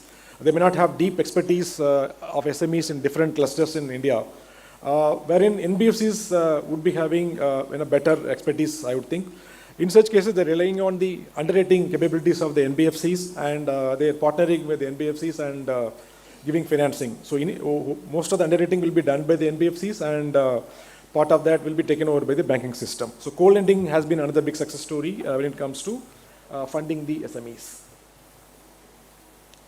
Now, coming to these unsecured loans, I was mentioning earlier that because of inability to give collateral, that has come in the way of getting funding from the banking system. But that is something, that problem has been solved by government to a large extent by through this scheme called credit guarantee for MSEs, as per which any bank which extends loans to SME, up to 75 to 80% of that principal is guaranteed by central government through schemes which are operated by SIDBI and so on and so forth. Up to 10 crore worth of loans are covered under this scheme. So you can see that amount which have been disbursed under the credit guarantee schemes have really gone up over the last few years. That has given more comfort to the bankers. Otherwise, risk perception was perceived to be very high, and lending rates were very high. There's another variant of this which is for really micro enterprises. Up to 10 lakhs loans are covered. Here again, you can see that the market has really picked up, and lending rates are fairly reasonable under this scheme. Now, coming to asset quality, no discussion on SME is incomplete without getting to know how they have been repaying their loans. So, from the bank's point of view, any impairment of assets will result in higher provisioning, higher credit costs, and so on and so forth. So, they look at every segment very closely, whether it is retail loans, lending to large corporates or small corporates, and controlling asset quality is very, very important. So, from that point of view, the SMEs, the trends in SME NPAs have been somewhat fluctuating. Over the last 2-3 years, there has been good improvement. Post-COVID, we saw a big spike in NPA generation. But over the last 2-3 years, as the economy picked up and the manufacturing sector started doing well, in general, the NPA levels have come down. But even now, there are pockets where SME-focused lenders are in somewhat stress, I would think. There are some NBFCs who are focusing on small ticket SME loans, maybe up to 3 to 5 lakhs loans. Those kind of SMEs are facing difficulties in repaying the loan, whereas slightly larger SMEs, who are focused on, let's say, who are borrowing 10 lakhs and above, obviously they'll be slightly bigger in terms of turnover, the ability to withstand any stress in the economy and so on and so forth. So we have seen a stress building up in these low ticket SME loans. But otherwise, other SME loans have been holding up fairly well. If one goes by the numbers put out by NBFCs which are listed in the markets. Now, I will briefly, touch upon, having discussed the, SMEs, briefly touch upon what is happening to the rest of the corporate, universe. So, in general, the corporate credit cycle has been fairly benign. So, there was a time when, the NPA generation in the economy was very, very high due to lending to steel companies, thermal power generation, EPC companies, and so on and so forth. The NPA levels touched as high as 8 to 10%. Almost 7-8 years back. But since then, there has been a gradual cleaning up of the books of the banking system. Government also infused capital to the banks, and banks also cleaned up their balance sheets through provisioning and so on and so forth. For a very long period, PSU banks were making losses, while private sector banks were always be profitable. But PSU banks were making losses because of this high NPA generation. But since then, over the last 4 or 5 years, the NPA generation has come down significantly. Even when you look at the data from the credit rating agencies' point of view, agencies like ICRA, we rate a lot of companies in India. Our own default track record shows that it is a multi-year low level. And we have been seeing more upgrades than downgrades. That shows that credit quality is improving in the economy. And from that point of view, the economy is in good shape. We indicate, how various sectors of the economy are doing through our sector outlook. We cover about 60 plus sectors, through our coverage. You can see that majority of the sectors are in the stable, category. We take a forward-looking view, at least 12 to 18 months view. Based on that study, we believe that majority of the sectors are in, stable outlook category. That's a good sign. There are some sectors which are in positive outlook category, notably capital goods. So capital goods, when I say capital goods, it means things like transmission towers, boilers, turbines, the transformers, rectifiers, and so on and so forth. Order book position of some of the capital goods companies have been at a multi-year high level, and visibility is also fairly good. Defense is another space where government has been spending quite aggressively, especially after the Operation Sindoor. We just can't afford to go slow on, defense spending, and private sector participation in defense, manufacturing has been increasing.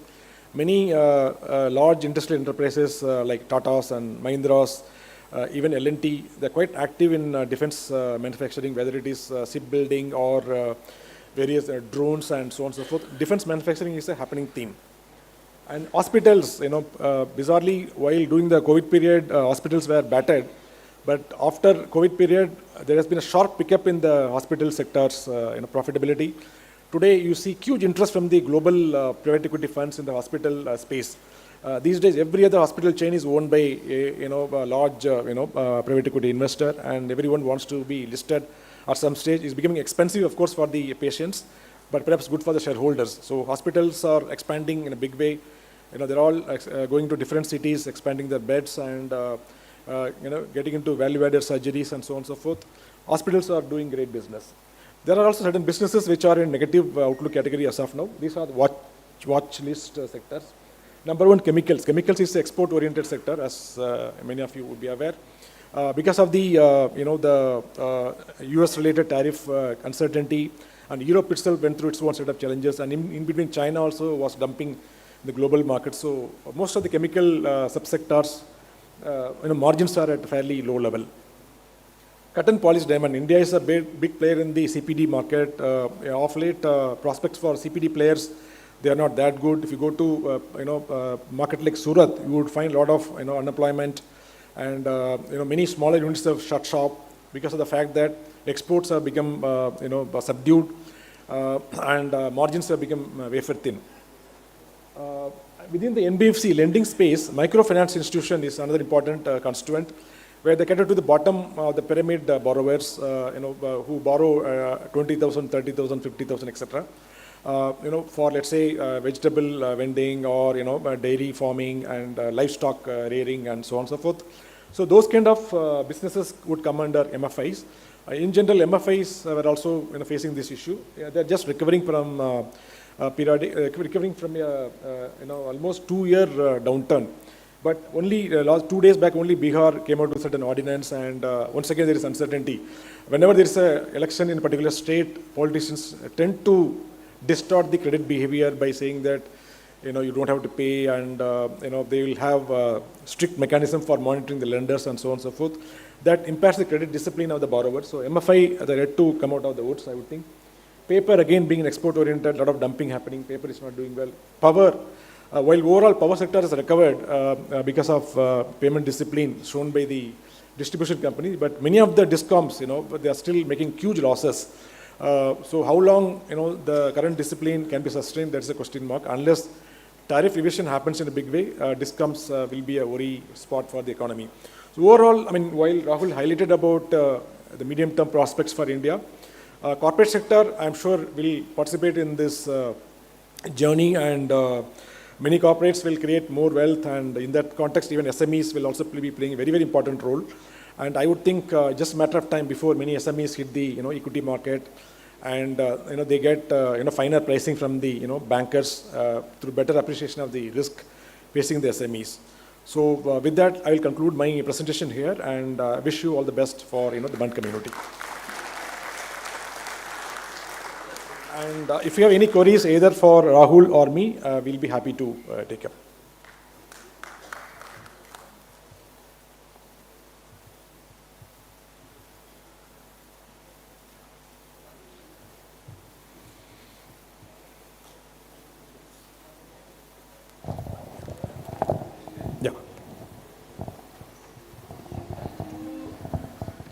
Hello. Hi Ravi, good evening. This is Kishan Shetty. Yeah. I've seen your table. See the segment of chemical. Yeah. You have bifurcated basic petrochemicals and chemicals. Yeah. At the meantime, specialty. Yeah. Today we see the global uncertainty impact is happening on the geopolitical side. Yeah. India being the India-centric, negative, non-China as a global center, there are a lot of friends from my chemical industry would like to know more about it. Is it really a negative? So where should we park our future plan? Thank you. Yeah, that's a good question. See, chemicals is a generic term, and there are a lot of sub-segments within the chemicals, as you are aware. True. You have agrochemicals, dyes and pigments, you have petrochemicals like commodity polymers, synthetic fibers, and synthetic rubber, and so on and so forth. Every segment dynamics would be very different. Yeah. The segments which are in pain would be agrochemicals. Agrochemicals, if you look at, China is a very big player. Most of our intermediates we import from China, and then we formulate, to the market. So China was dumping, and excess inventory was in the market. So agrochemicals yet to come out of the woods, I would think, especially export-oriented, formulation companies. Otherwise, dyes and pigments are also another area where we are seeing margin pressures, and petrochemicals. Even if you might be a company like Reliance Industries, if you look at their segmental numbers on petrochemicals, today the margins are very low. But there are certain pockets which are doing well. Specialty chemicals, especially paper-focused chemicals, or let's say FMCG-focused specialty chemicals, or cosmetics-oriented, etc. Those kind of specialty chemical companies are doing fairly well because it's more of customized, and you would have good connect with your large counterparties and so on and so forth. It is not influenced by imports and export-oriented dynamics, etc. So more of a bipartite kind of a contractual relationship. So as of now, specialty chemical seems to be in a stable pocket. All others are going through margin pressures, but eventually they come out of it. These are all cyclical companies, cyclical industries. Maybe it's a matter of 1 to 2 years for different subsectors in the chemicals value chain. Thank you.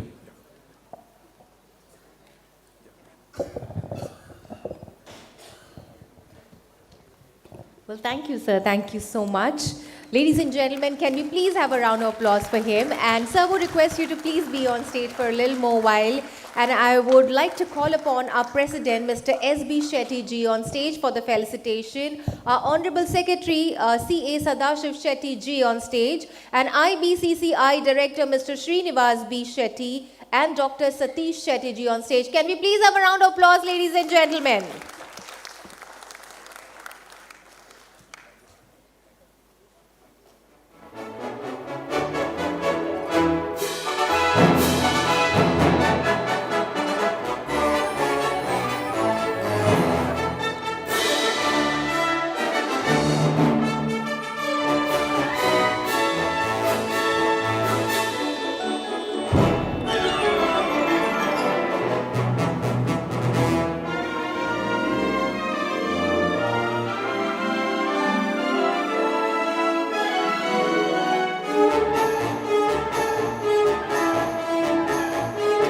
Thank you so much, sir, for your wonderful speech here. It was truly, truly an honor to hear you.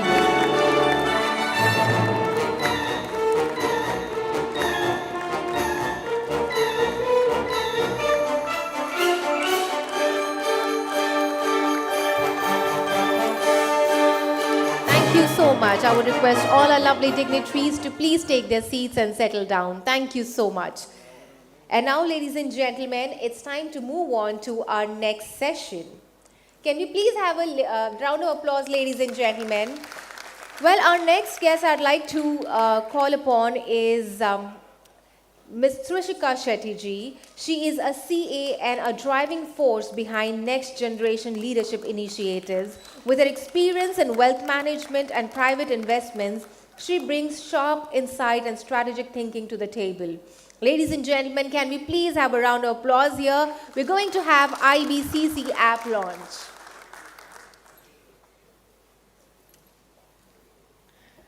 A very warm welcome to everybody present here. Today we are honored to represent the Next Gen Committee. We would like to start with a very small introduction as to why was the Next Gen required when the parent committee was already doing a fabulous job. When we speak about the Next Gen, we are not just talking about age. We are talking about energy. We are talking about ambition. We are talking about the mindset that refuses to stay average. The purpose behind building the Next Gen community is simple yet powerful. To create a space where like-minded professionals and entrepreneurs come together, not just to exchange business cards, but to exchange ideas. Not just to network, but to build meaningful relationships. Not just to grow individually, but to rise collectively. Because real growth doesn't happen in isolation. It happens in rooms like this, where conversation sparks collaboration, collaboration sparks legacy. I truly believe that there is an immense potential in today's youth. There is intelligence, there is hunger, there is courage to disrupt and innovate. What is often missing is direction. What is often missing is the right ecosystem. And that is exactly what we aim to build here. A chamber that nourishes this potential, channels this energy, and converts ambition into action. A platform where we don't just start events, we build influence, we build partnerships, we build the future. And this is just the beginning. We are proud to announce the IBCCI app launch, a digital space where members can connect, collaborate, and stay engaged beyond physical meetings. Because the community should not be limited to a room, it should live in our daily environments.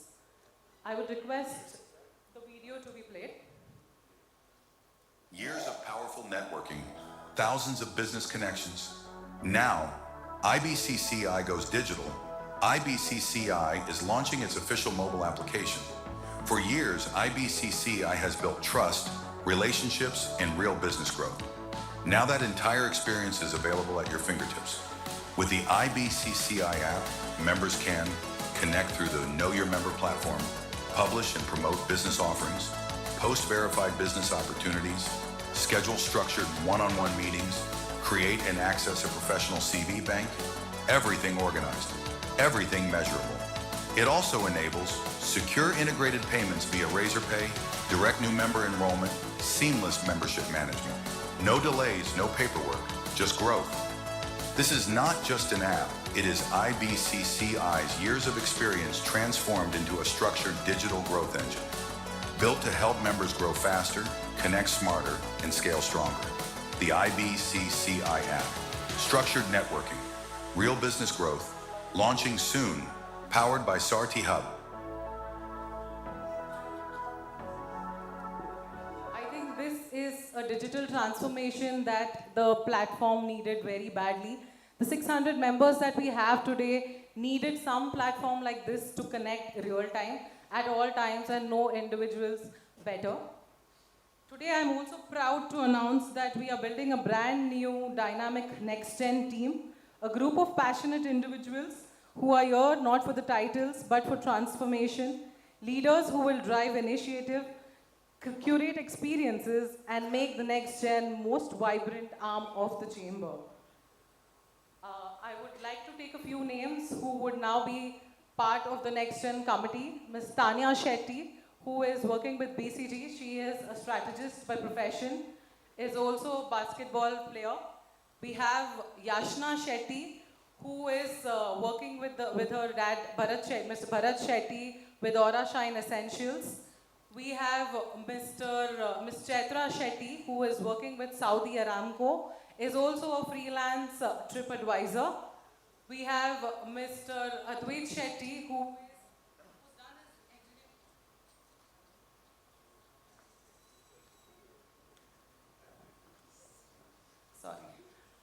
Advait Shetty, who has done his engineering in robotics and is now currently flying to the US to do his master's, but he'll always be there to help us with innovation and technology. We also have Mr. Sumit Shetty, who has his own business of trophies and mementos, and he will bring the business ideas to us and help us with forming the committee. And on the advisor side, we have Mr. Praveer Shetty. He was already the vice chairperson. He continues as the vice chairperson.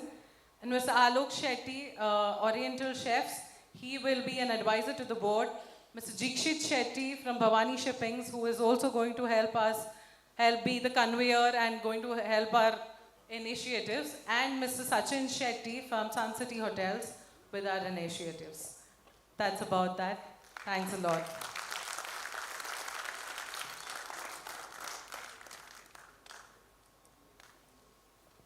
Well, thank you so much. Ladies and gentlemen, can we please have a little louder round of applause? Thank you so much. We're running very short of time and I'm going to be extremely quick in our felicitation. So I'm requesting all our guests and our dignitaries to please quickly join me on stage for the felicitation. Ladies and gentlemen, our next felicitation is extremely special. A highly respected chartered accountant with over 36 years of experience, professional practice. Throughout his career, he has been known for his integrity, financial expertise, and unwavering commitment to ethical standards. For more than 3 decades, he has been continuously and actively associated with the Band Sangha in various roles. For the past 6 years, C.A. Sanjeeva Shetty ji has also been serving as the Honorary Auditor of Indian Band's Chamber of Commerce and Industry, generously offering his professional expertise and services with dedication. In recognition of his outstanding professional excellence and selfless service to community, IBCCI is proud to honor him at this Knowledge Summit. Ladies and gentlemen, can we please have a big round of applause and welcome C.A. Sanjeeva Shetty ji on stage.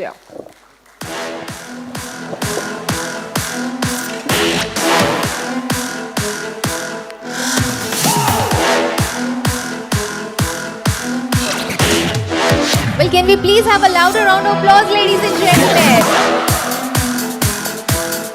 And also for the felicitation, I would like to call upon our President, Mr. S.B. Shetty ji, our Vice President, Mr. Srinath Shetty ji, Honorable Secretary C.A. Sadashiv Shetty ji on stage, and along with them, I would also request our IBCCI directors, Mr. Pradeep Shetty ji and Mr. Prasanna Shetty ji, to please join me on stage.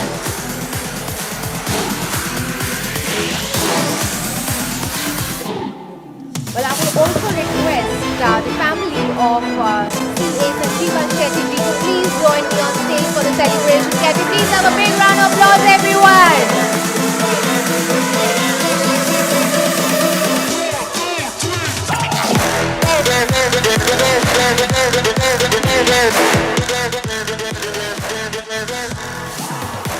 Well, hearty congratulations for such an incredible journey.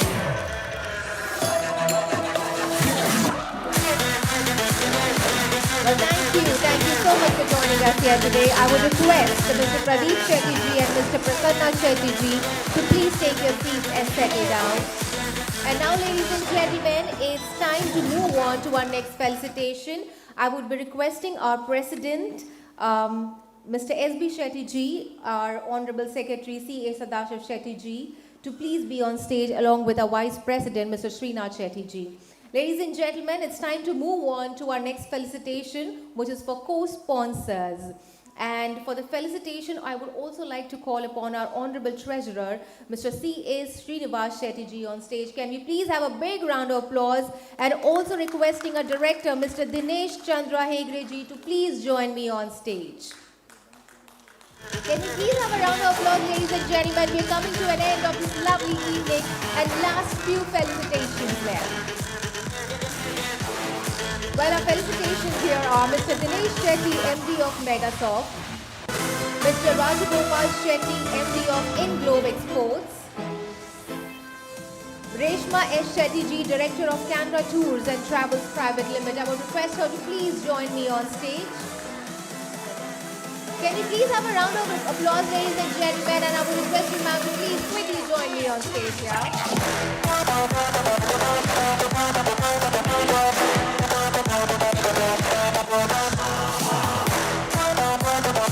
Well, hearty congratulations to you.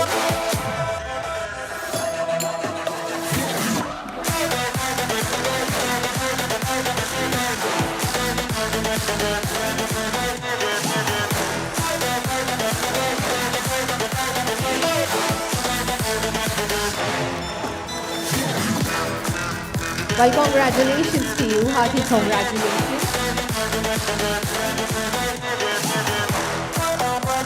Thank you so much, ma'am, for joining us here today. And now I will humbly request C.A. Srinivas Shetty ji and Mr. Dinesh Chandra Hegre ji, along with C.A. Sadashiv sir, to please take your seats and settle down. And I'd like to call upon Mr. Jayakar Shetty, Executive Director of JAJ International India Private Limited. Can I please request Mr. Jayakar Shetty ji to please join me on stage?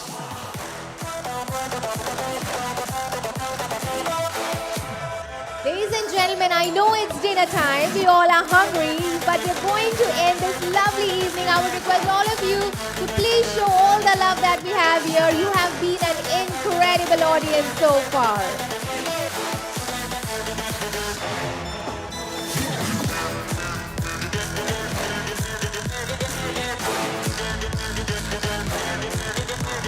Well, congratulations, hearty congratulations.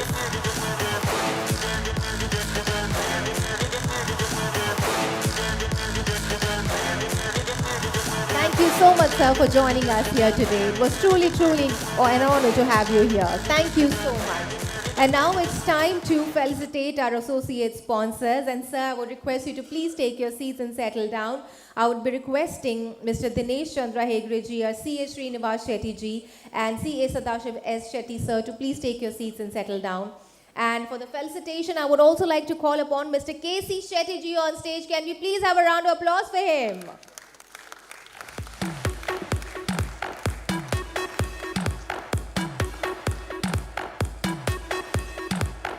Can I please request Mr. K.C. Shetty ji to please join me on stage? Ladies and gentlemen, come on everyone!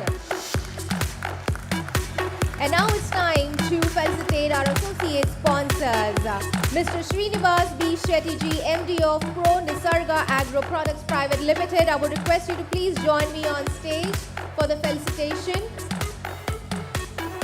Mr. Srinivas B. Shetty Ji, MD of Pro Nisarga Agro Products Private Limited. Mr. Prasad P. Shetty, Founder and Managing Partner, Grow More Financial Services. Can we please have a round of applause, ladies and gentlemen? Come on, everyone!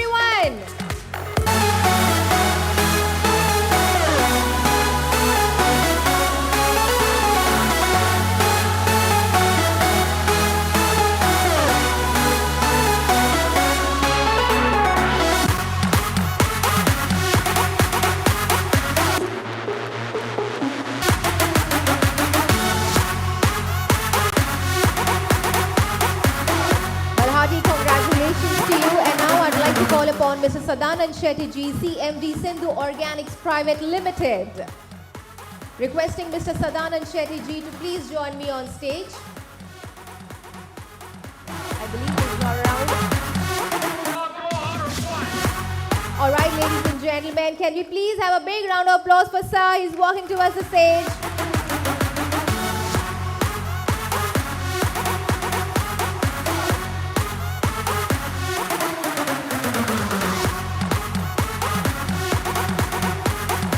Congratulations to you.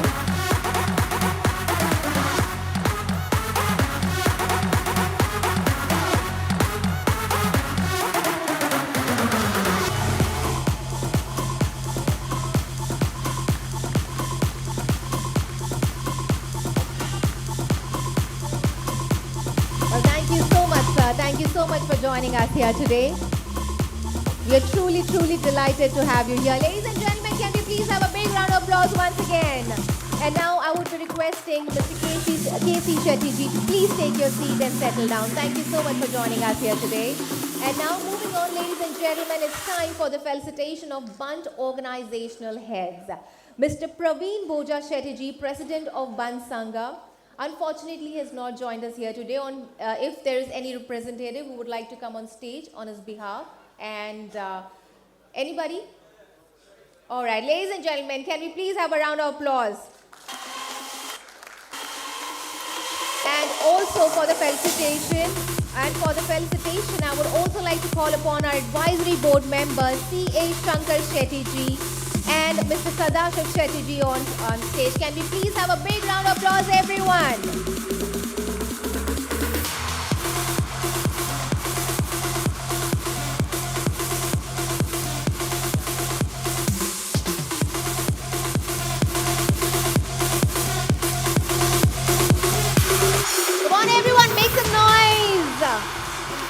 The last few felicitations for the evening. Well, congratulations.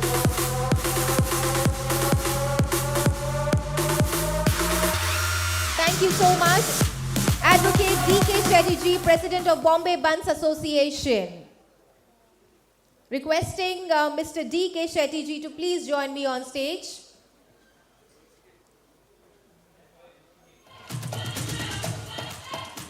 Well, thank you so much, sir, for joining us here today. Thank you so much. Come on, everyone.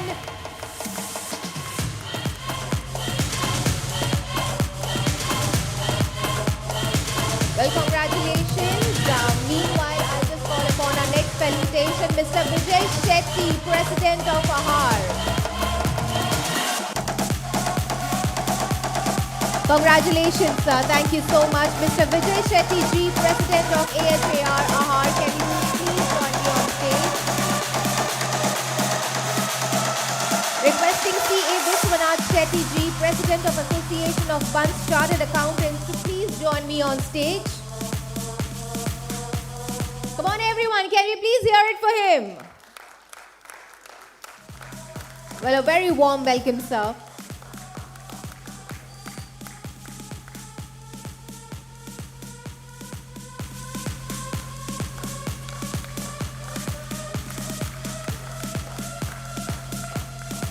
Well, congratulations to you. Our next felicitation, Mr. T. Vishwanath Shetty Ji, President of Jawab. Can we please have a round of applause for him? Mr. T. Vishwanath Shetty Ji, President of Jawab.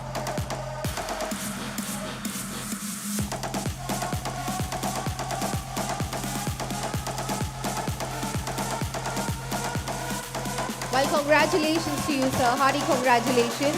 Come on, everyone. Can we please hear it for him?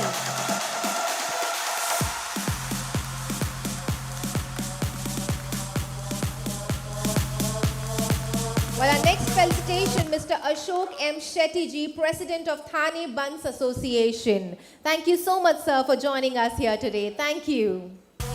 Mr. Ashok M. Shetty ji, President of Thane Buns Association. Come on, everyone, keep the applauses going.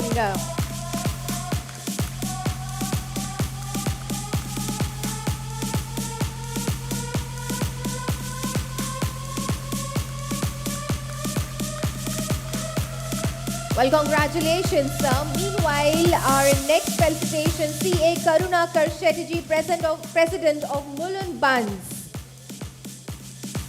Come on, everyone.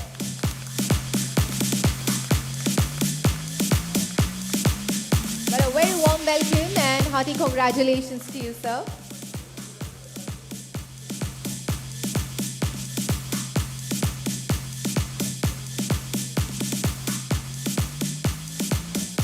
Hearty congratulations and thank you so much. Advocate P.K. Shetty ji, President of Buns Law Forum.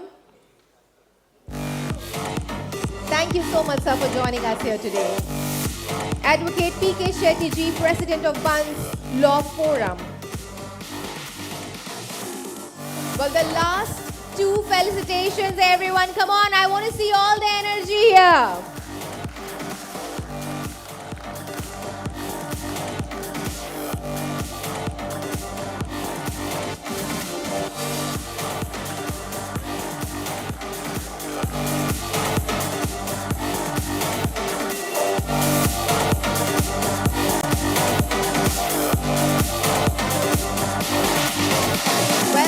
I would also like to call upon past President Mr. K.C. Shetty ji to please join me on stage. Mr. K.C. Shetty ji, please join me on stage. And ladies and gentlemen, our next felicitation, Dr. Satya Prakash Shetty, President of Association of Bunt Doctors. Alright. Mr. N. Vivek Shetty ji, President of Bunt Association of Architects and Engineers. Unfortunately, he has as well not joined. Anyone who would like to take ladies and gentlemen, can we please have a big round of applause?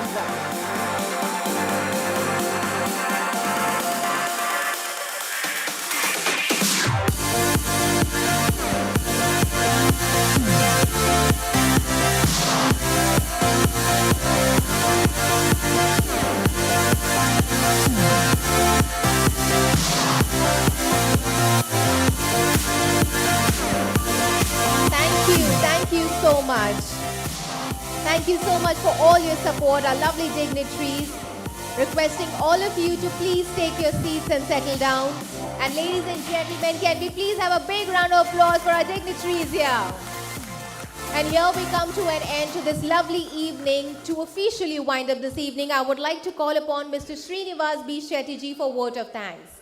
Finally, can we please have a big round of applause, ladies and gentlemen? The last speech, vote of thanks. We can have a louder round of applause. Thank you. Actually, it should be now because of the time limit. This is actually a problematic last program. It should be in the dinner room. So tolerate me for 5 minutes. 2 minutes, sorry. Respected dignitaries, distinguished guests, and dear friends, as we draw the curtains on this truly inspiring evening, I rise with immense gratitude and pride to offer our heartfelt vote of thanks. This evening perfectly lived up to its promise, an evening of learning, leadership, and growth. We are deeply honored by wisdom shared by eminent speaker, His Grace Surdas Prabhu, whose timeless words from Bhagavad Gita reminded us greatest boardroom strategy. Mr. Rahul Agarwal and Mr. K. Ravindran from ICRA Limited gave us a razor-sharp lens to view our economy and the road ahead for SME financing, knowledge that every entrepreneur in this room can act upon tomorrow morning. We are equally privileged to have felicitated Mr. K.M. Shetty Karunanna, a true torchbearer of our community whose journey inspires every young Shetty entrepreneur to dream bigger and work harder. Special thanks to our main sponsors, Tunga Group of Hotels and Steel Strong Walls, and our co-sponsors, Canara Tours, Megasoft, Inglobe Exports, Jai International Limited, India Limited, and our associate sponsors, Growmore Financials, Pro Nisarga Agro, and Sindhu Organics. Our belief in IBCCI's vision made this union possible. My deepest gratitude to all our association partners, Bunt Sangha for this beautiful hall, Mulund Bunts, Thane Bunts, Bunts Law Forum, Bunts Doctor Forum, Bunts Architect and Engineers, Ahar, Bunts Association, Jawab, who stood with us in solidarity. Special thanks to Santosh Caterers, Mr. Ramesh Shetty and Mr. Praveen Shetty, media partners, Udayvani and others. A very special thanks to, special acknowledgement to our event manager Sushil, Space Media, for managing the events, and our back-end team, especially all of you who are here since 5:30 to 10.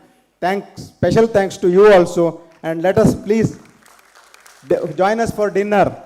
Bar is open. Thank you very much. Thank you so much everyone for joining us here today. You really made this event successful. Thank you so much once again. We have dinner and cocktails served for you. Please enjoy. Good night.